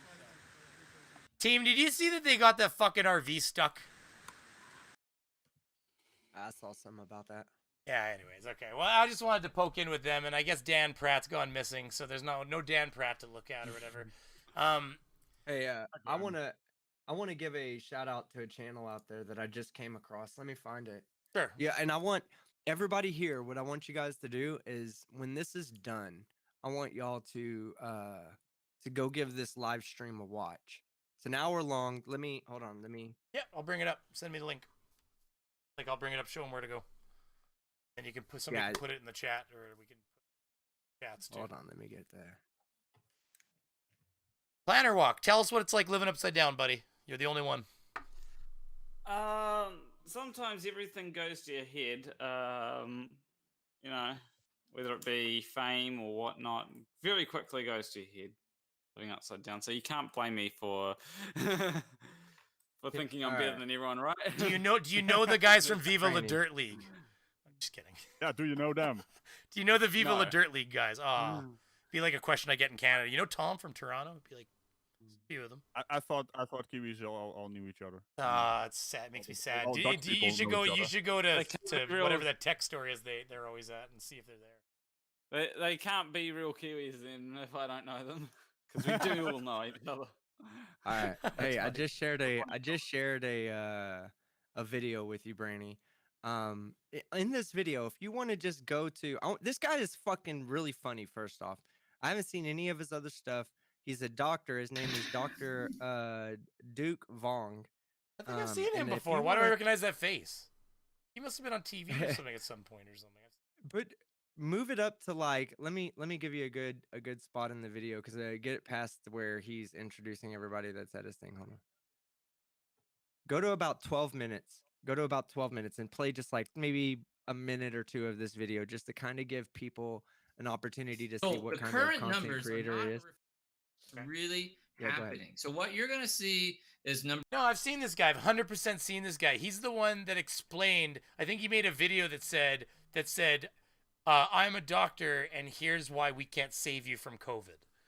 And I think he's the one that explained what's happening to their lungs, and he absorbed a sponge full of liquid and showed how the sponge doesn't want to take in any more air and stuff. I'm almost positive that's where I've seen him.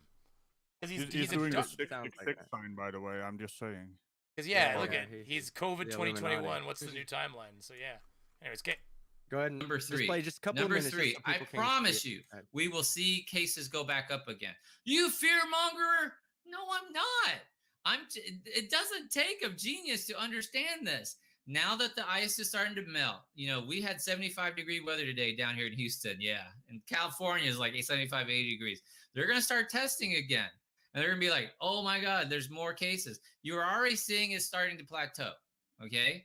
So if there's a demand for testing, then the numbers will go up. Okay. Because the cases are out there. So cases are going to go up again. But number 4 is really important. What's going to happen? Now, will it plateau? Are we like yesterday's number was 70,000? Are we going to be stuck at 70,000 or are we going to go back up to 100,000? I think we will go back up. Why?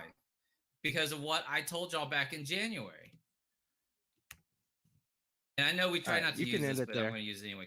I just wanted to play a short clip of it because I would like people out there to go give that video a watch. It's a really good video. It's an hour-long live stream.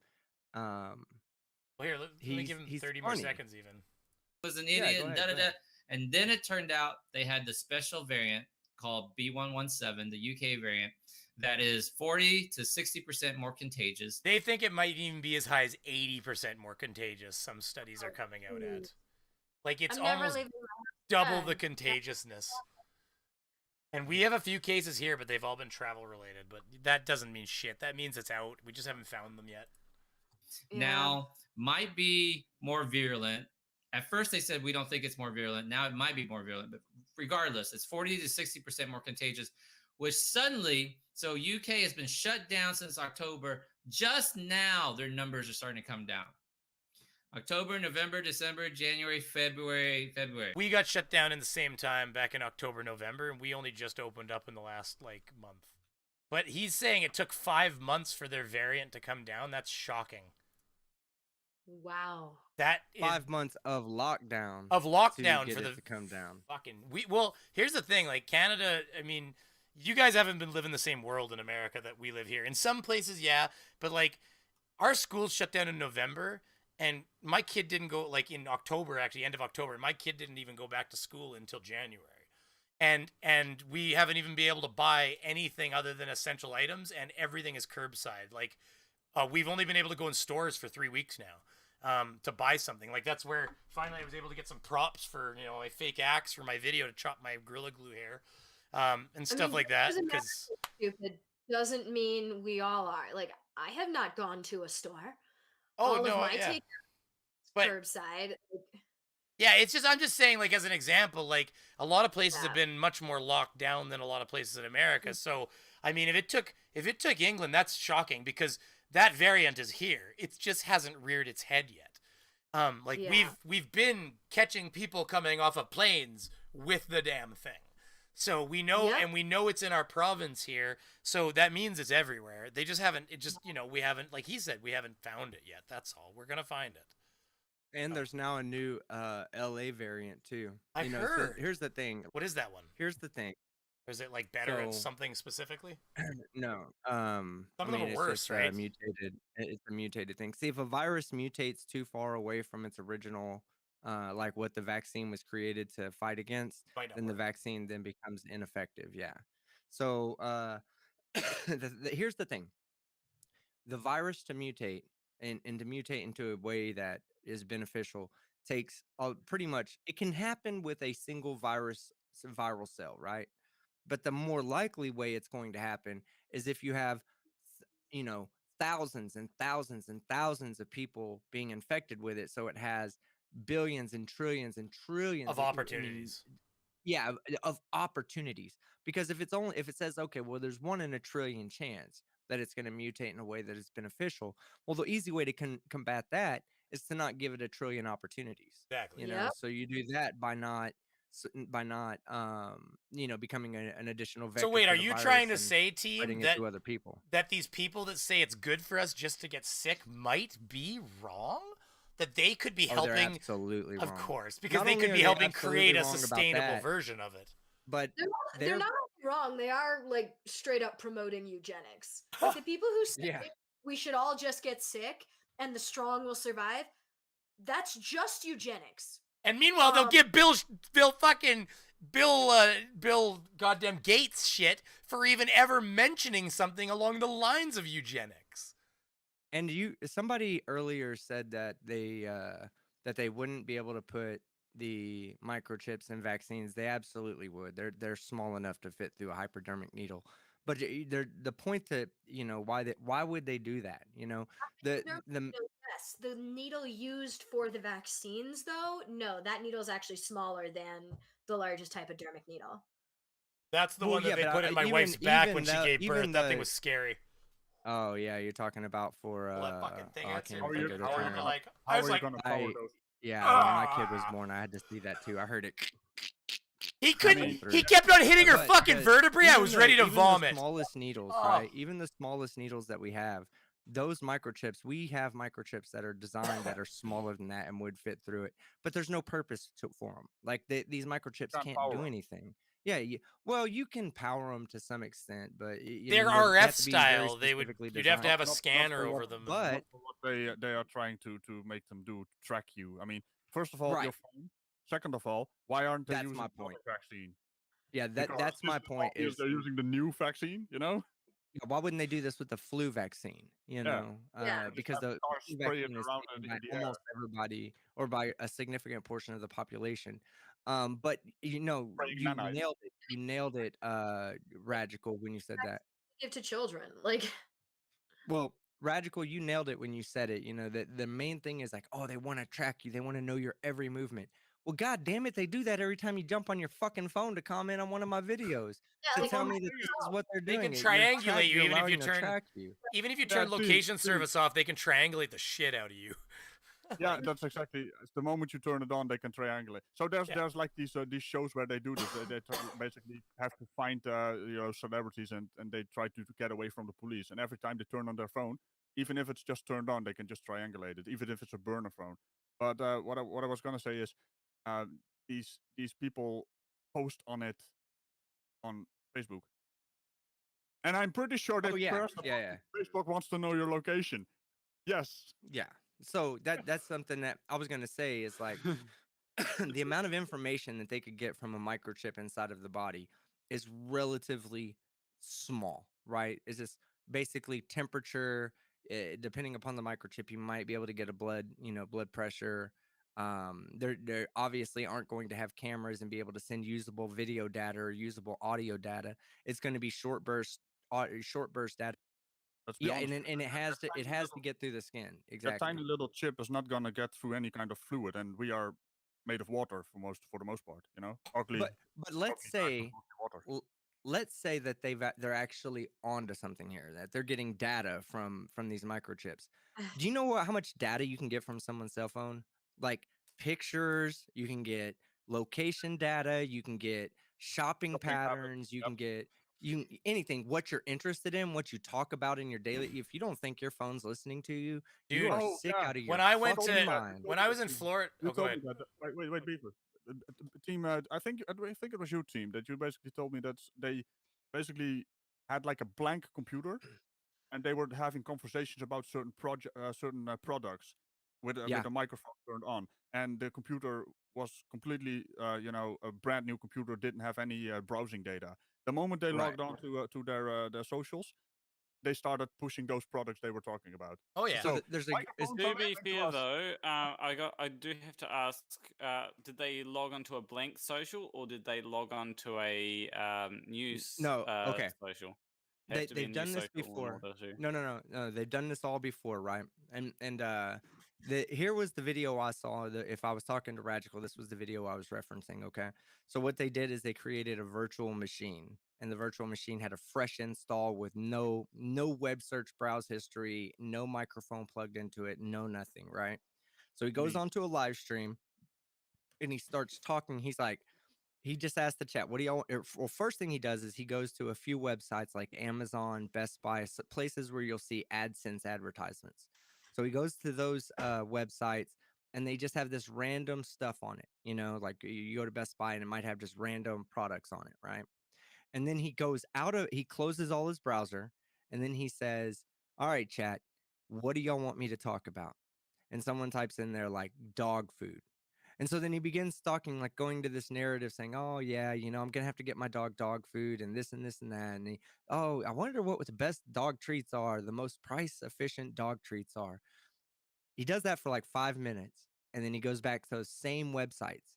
And when he goes back to those same websites, all the AdSense is about pet food, pet supplies.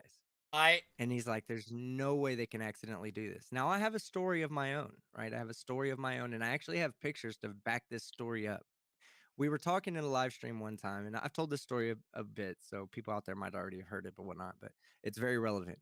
I was talking in a live stream one time, and I asked people, we did like kind of an ask me anything type thing. And somebody had said to me, if there was any car in history that you could have owned but you never owned, what would it be?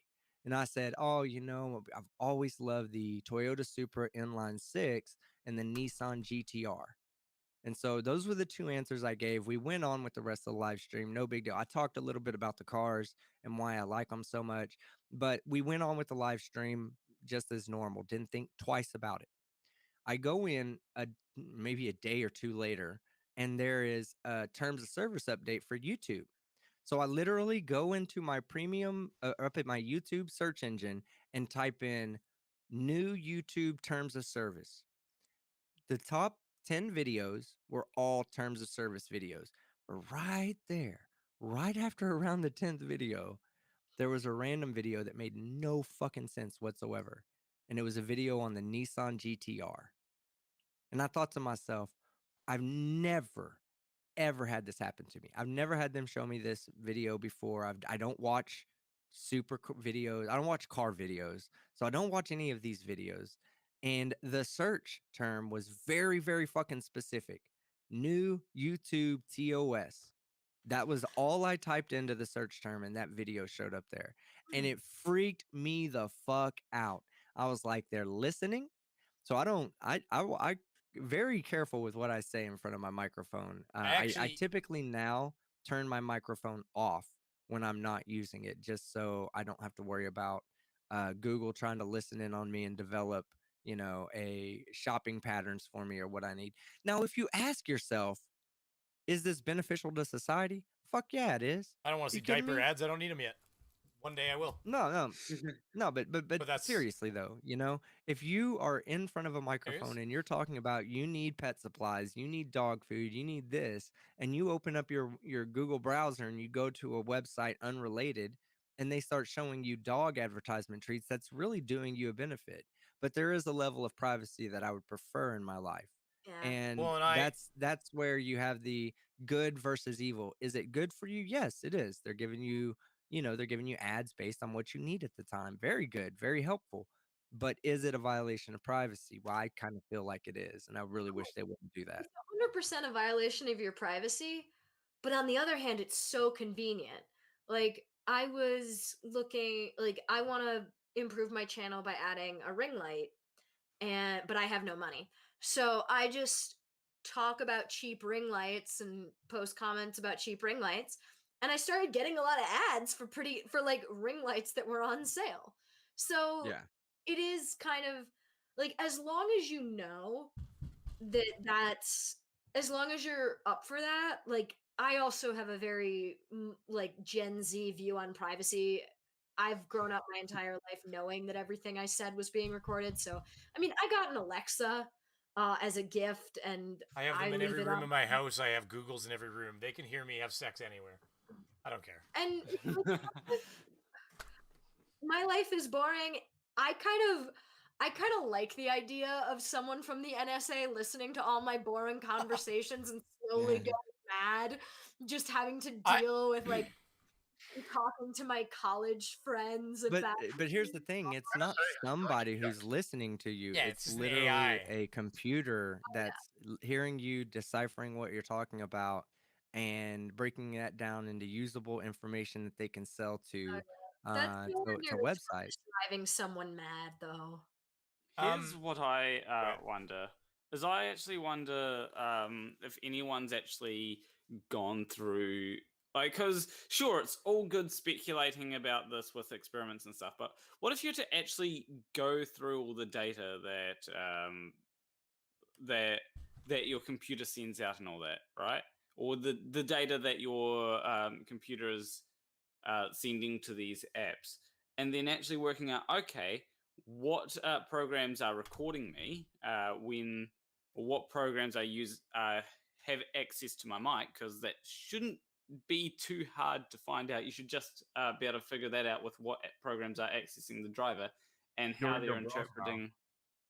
Yeah, so if you look, well, it might be something else. Like it might be like if you want to get wait, really conspiratorial. Let me just jump in for just a short bit. Windows 10, it's always phoning home with everything.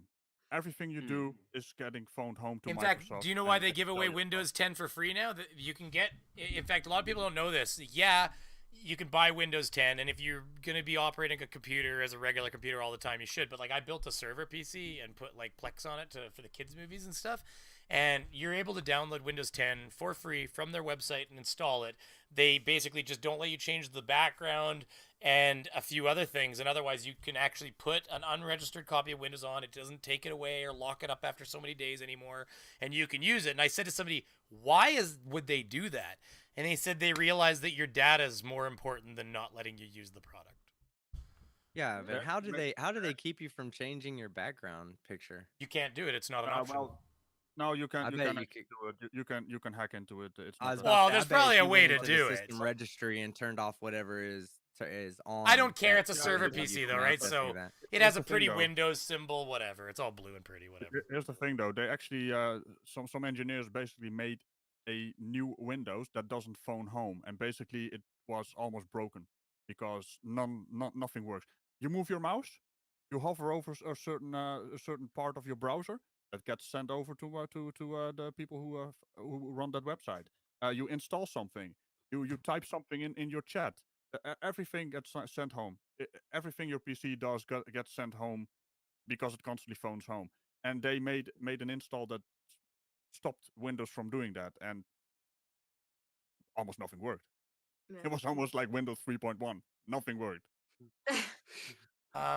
Look at the brand new Edward Snowden video on the channel Forever Inspired. Just do it. They're only like 10 minutes each. Well, I can't do it right now, Eachill. We're about to end, and I've gone a little long. But I was gonna. Yeah, have to hop off.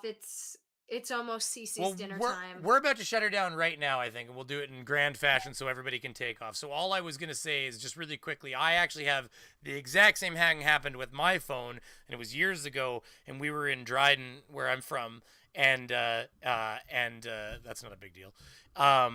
And we basically, we were talking about, somebody brought up, not in a negative way, by the way, anybody wants to insinuate that. Somebody had brought up something about Ojibwe Reserve, Ojibwe Natives, and there was a conversation that involved Ojibwe as the word, okay? So the next thing you do is you open up your phone and I look at like, news stories, hit the recommend button to get my news, and it comes up with Ojibwe Park is only 450 kilometers that goddamn way if you want to go to it. Great location, tourist attraction. And I'm like, see, now here's the thing. If I lived down the road from an Ojibwe Park and it said that, we would have an argument to have here. But this thing is literally like, yeah, in the same province, but like a Great Lake away and stuff. So it made no sense for my phone to be suggesting to me that I take a leisurely trip to Ojibwe Park on another part of the entire province. And meanwhile, that was a conversation that we had been just having. And of course, it just heard Ojibwe, and it went, Ojibwe Park is what happened. And then it presented it to me as an option of somewhere to go. So that is, they've been doing that. What it does when it doesn't understand you and makes typos in the I was going to add one more little thing. When my wife and I took a little trip from my parents' place in Florida up the coast, we went and stopped at like Walgreens and McDonald's for breakfast, and we went to NASA and we took a tour. We paid for the tour and went around NASA, and then got on the tour bus and did our tour through the restricted zones. When I looked at my phone at the end of the day, it was like, do you want to review your day? I was like, oh, neat. Review my day. Mother effer. It was like, well, at 8 a.m. you stopped at McDonald's for 20 minutes. And then you made a trip to Walgreens 5 miles up the road. You were there for about 15. And then you didn't stop till you got to NASA. At 2:15, you got on the Explore tour. I'm like, fuck me, it even knew the tour I got on. Well, why did it know the tour? It knows that the other tour goes this way and this way and this way. And this tour goes this way and this way and this way. And of course, it's pulled it off the web page. And it knows everything. And just one last cherry, my parents the other day, my mom's like calling me. She's like, so we booked an appointment with the financial advisor, and my dad, or your father, went to put it in his calendar, and it was already in his calendar. How did he add it to your dad's calendar? I'm like, did you email this appointment with him? And she's like, yeah, we emailed it with him. I'm like, Google read your email, put it in your calendar.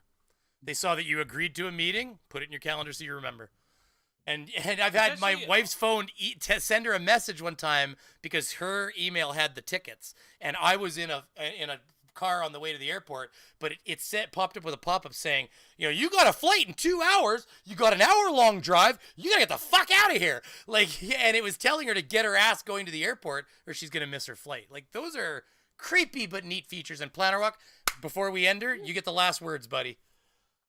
Yeah, I was going to say, that's actually pretty nifty. Some of these things that people... I do have to agree a little bit with Bad Astro here. Some of the things that some people would say, oh, that's an invasion of my privacy, actually make things quite nifty. Like, if I want to go to a store, let's say, that is... I can go onto Google, and it tells me how many people are there roughly right now compared to usual traffic, right? So usual foot traffic. So I can go, okay, I want to go to the warehouse. And then it'll tell me, okay, the warehouse is packed right now compared to how it usually is, or I actually don't know. Or it might say, oh, it has less people than usual. And I can go, okay, well, I want to avoid people, so I'm going to go there when there's less people right now. And that's a nifty feature. Now, I know that it's getting this from GPS, basically. Checking people's GPS and going, okay, yeah, there's a whole lot of people in this area. But, it's pretty nifty if I want to avoid people. It is. Then there's also the calendar thing that it does. And it's like, okay, yeah, it tells you if you've got something coming up. And rather than me having to, go and set a reminder, it automatically does things. So there are some benefits, even if it is a bit of an invasion of privacy. Okay, so Jordan needs to get going, and so we have been going very long, but I do. Okay, so we're gonna go around the room real quick here. I want to first of all, I'll do this. I'll say thank you all to the guest team. Thank you for coming on. Dick, he's gone, but thank you for his welcoming. Radical, we got Bad Astra here, and we got Planner Walk. I want to say thank you to the fine guests for putting up with my ADHD ass the entire time, as well as the guests for listening to it as well. But that said, Planner Walk, we'll start with you. What do you got working on? Chill yourself really quick, and then we'll move to team, and then we'll just go in a counterclockwise orientation. So, yeah, I've decided to start a new thing as a bit of a test where I read out a comment for a video, and then I respond to that comment in basically a short video, less than a minute long, to get on the shorts thing. Something I'm trying out. But then I've also got Flurfia that I'm working on, and I'll have to get. I'll have to get. Well, send me a copy of that. I'll test it for you. If you, I won't release it or show footage or anything. If you want me to try, I think you sent me a copy at one point, but I don't remember. Maybe you didn't. If you want to, you don't feel obligated. I was going to say I have to get all of you failing at it at some point. Yeah, I'd love to. I'd love to. Absolutely. That's a Flat Earth game that he's been working on. Just so you know. Astra. It's an actual video game. Yeah. Yeah, I was actually working on a little bit, adding a few settings to it rather than it just having this option to go full screen and not full screen. But then I've also got a video that I'm going to be releasing tomorrow, which is about astrology. So everybody go check that out. And if you don't know who Planner Walk is, you probably do because he's bigger than me. So if you don't know, I also nearly forgot to mention is I created a new emoji, which I'll actually be able to. I need to make more emojis. Hopefully, I can. Yeah, hopefully I can quickly show it on. Here, you bring that up. Team, chill yourself for a second while he brings that up. Oh, I'm good, man. Everybody knows who I am. You know where to find me. Whoop, whoop. That's what Team says. Drop the mic. That's all he did. No, thank you for coming and putting up with my over-talking ass, as usual. He knows Team's got a strong stomach or he would have been gone a long time ago. The fact that this son of a bitch still comes around and calls me his friend, I don't know what the fuck is wrong with you, Team, but I appreciate it. Let's put it. Wait, did I accidentally call you my friend one time? Yeah, you might have. You might have called me your brother or something like that, jokingly. It's on the record. Anyways, no, I really appreciate it. It's always good to have Father Skeptic around. And so moving to Astra while Planner Walk gets his emoji. And what do you got working on? What's coming up so we can shill you and we can get to Radical and we'll end this beast. Thank you so much for having me. I actually tomorrow am dropping the third video in my 3-part Black Hole Tour series. It is perfect timing then. Oh, what? Perfect timing then, because you'd asked me if I could have you on before your episode came out. So there we are. Yeah. Perfect. Yep.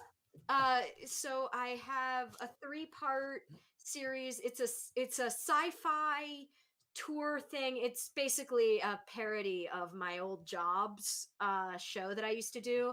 The last acting gig I had before we all got laid off due to COVID. RIP me ever being an actor again. But there's a ton of fun facts about black holes. You can learn about the theory behind them, how we observe black holes, like how do you observe something that doesn't emit light? And then we're going to learn tomorrow about the 2020 Nobel Prize winners and why, like, they're half of the prize was given to a theoretical astrophysicist and the other half was split between these two rival astrophysicists, and there was a ton of drama between the two of them. It was great. So if you're interested in learning about science and avoiding math, check out my channel.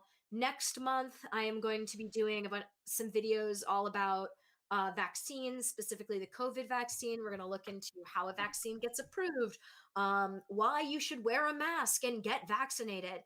And I could really use some reasonable people helping out in the comments.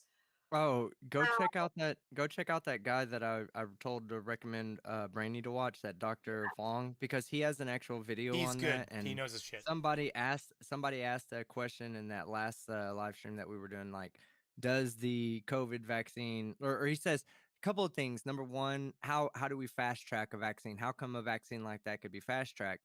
And the truth of the matter is, it's very simple. We don't have to wait for people to be infected because so many people, 10% of the United States already, or roughly 10%, has already been infected. So we're working with a large group of people that have the actual disease right now. So we don't have to wait for enough people to get infected or wait for enough people to to volunteer themselves to be infected so they can do studies on it and everything like that. It's literally been out there and we've been studying it since the beginning. Oh, basic trigonometry says my wig is awesome. Thank you. There Oh you yeah, go. I do wacky characters on my channel and I dress up in costumes and wigs. This one I have a little blue wig. Sometimes I wear a corset. It's great. Our channels will fit in well together because I've been liking doing the skits and stuff. So, yeah. If you haven't checked out Bad Astra, you got to check it out. But yeah, I'm glad your video's coming up tomorrow because you'd asked to be on, and so that was perfect timing. Yeah, thank you so much. Ragical, if you want to pimp your shit, Ragical's kind of a big deal. I don't know if anybody knows, but he kind of crossed 10,000, so he's another one of these assholes that's left me in the dust. 5-digit club, baby. 5-digit. He's a real creator now.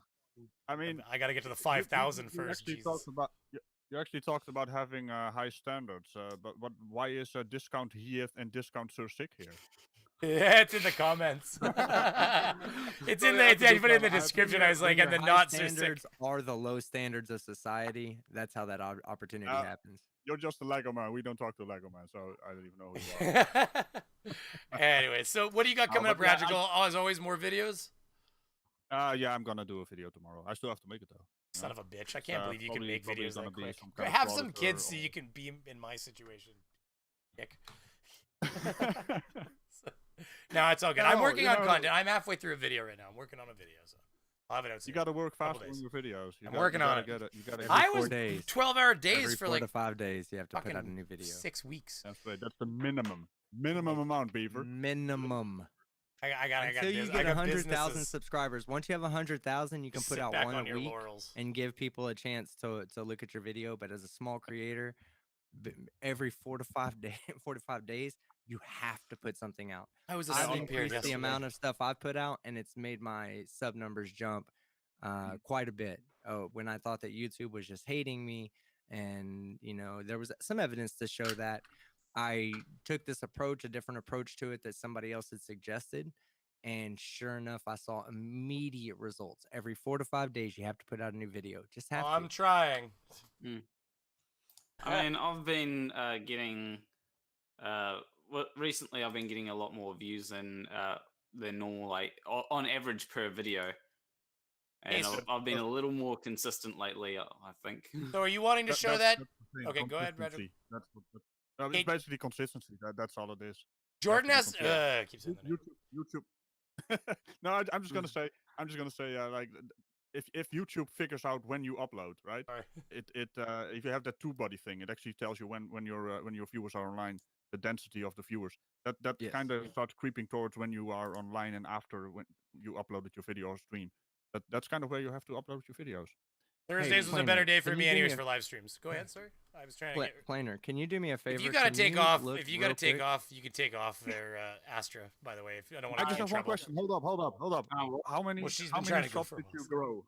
Oh yeah. Oh, by the way, I did tell everyone that I'd bring the puppy back if I hit 490, and I have to feed her anyway, so I gotta wake her up anyway. So don't worry. Oh, hello, gorgeous. Planer, do me a favor. While she grabs that, will you look on your analytics page on your last video? Because your last video performed pretty well. The Ken Ham one, the one that says not Ken and Ken Ham in the title, the Perseverance video.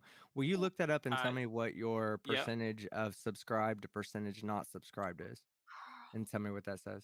Yeah, and go to the analytics of the video and then go to audience. Yeah, exactly. You got it. So subscribed is 86.8%, and not subscribed is 13.3%. We got to get that number up. It's got to be the other way around. Yeah. Hey, I changed everything about my channel, and it's now gone from about the same ratio you had to 50-50 subscribe versus not subscribe. Well, we'll talk about that too. It does. Well, I gotta get. Okay, so we gotta get off because I'm gonna get in trouble, and I think Aster's gonna get in trouble. We got wives to get Let's back just to. congratulate us on our sub game. But like, Brainy, Hi. Brainy. What? Spit it out. Brainy, I sent you the. I gotta go. I'm gonna I eat sent- dog I sent shit you the pretty emoji soon on here. Discord. This is the weirdest outro I've been part of, Brainy. Well, man, what happens is I get texts from people that need help in life. So shortest outro ever, Beaver. Good job. what you just sent me a big picture? Oh, it's your new. Okay, I see. Here, I can do this. A big picture of something big. But I moved that window. It's not set up. I didn't think you guys were gonna be giving me more things to put up in Windows now. So I've kind of here. It's there. It's a plan. It's flat Earth, everybody. Congratulations. There you go. Here it is. See? There. I just want to see what people say about it. Like, it's going to be very interesting, I think. Is New Zealand on there? Yes, New Zealand is on there. Good job. Okay. Good job. I have to keep on telling people New Zealand's on there. Okay, so I'm gonna end up in the doghouse. I think I'm already in the doghouse. I told her I'd be up like 45 minutes ago. So Planer still needs to do his outro. Planer still needs to do his outro. Planer needs to do his outro. What are we talking about? I already did my outro. Oh, you already did yours? Yeah, Okay, he I just did. didn't want us to We leave had it to go out. back. We had to go back to him because he wanted to show that. So we were doubling back to him at that point. So Team Skeptic, Radical left. We got Planner Walk, Bad Aster took off, and Dick Dawson's been gone for a while. I want to thank all of you guys for coming and sitting in this long-winded, shitty-ass stream with Mr. Beaver and all that vanilla. All right? Thunderfoot did nothing wrong. Ju- I'm gonna add that.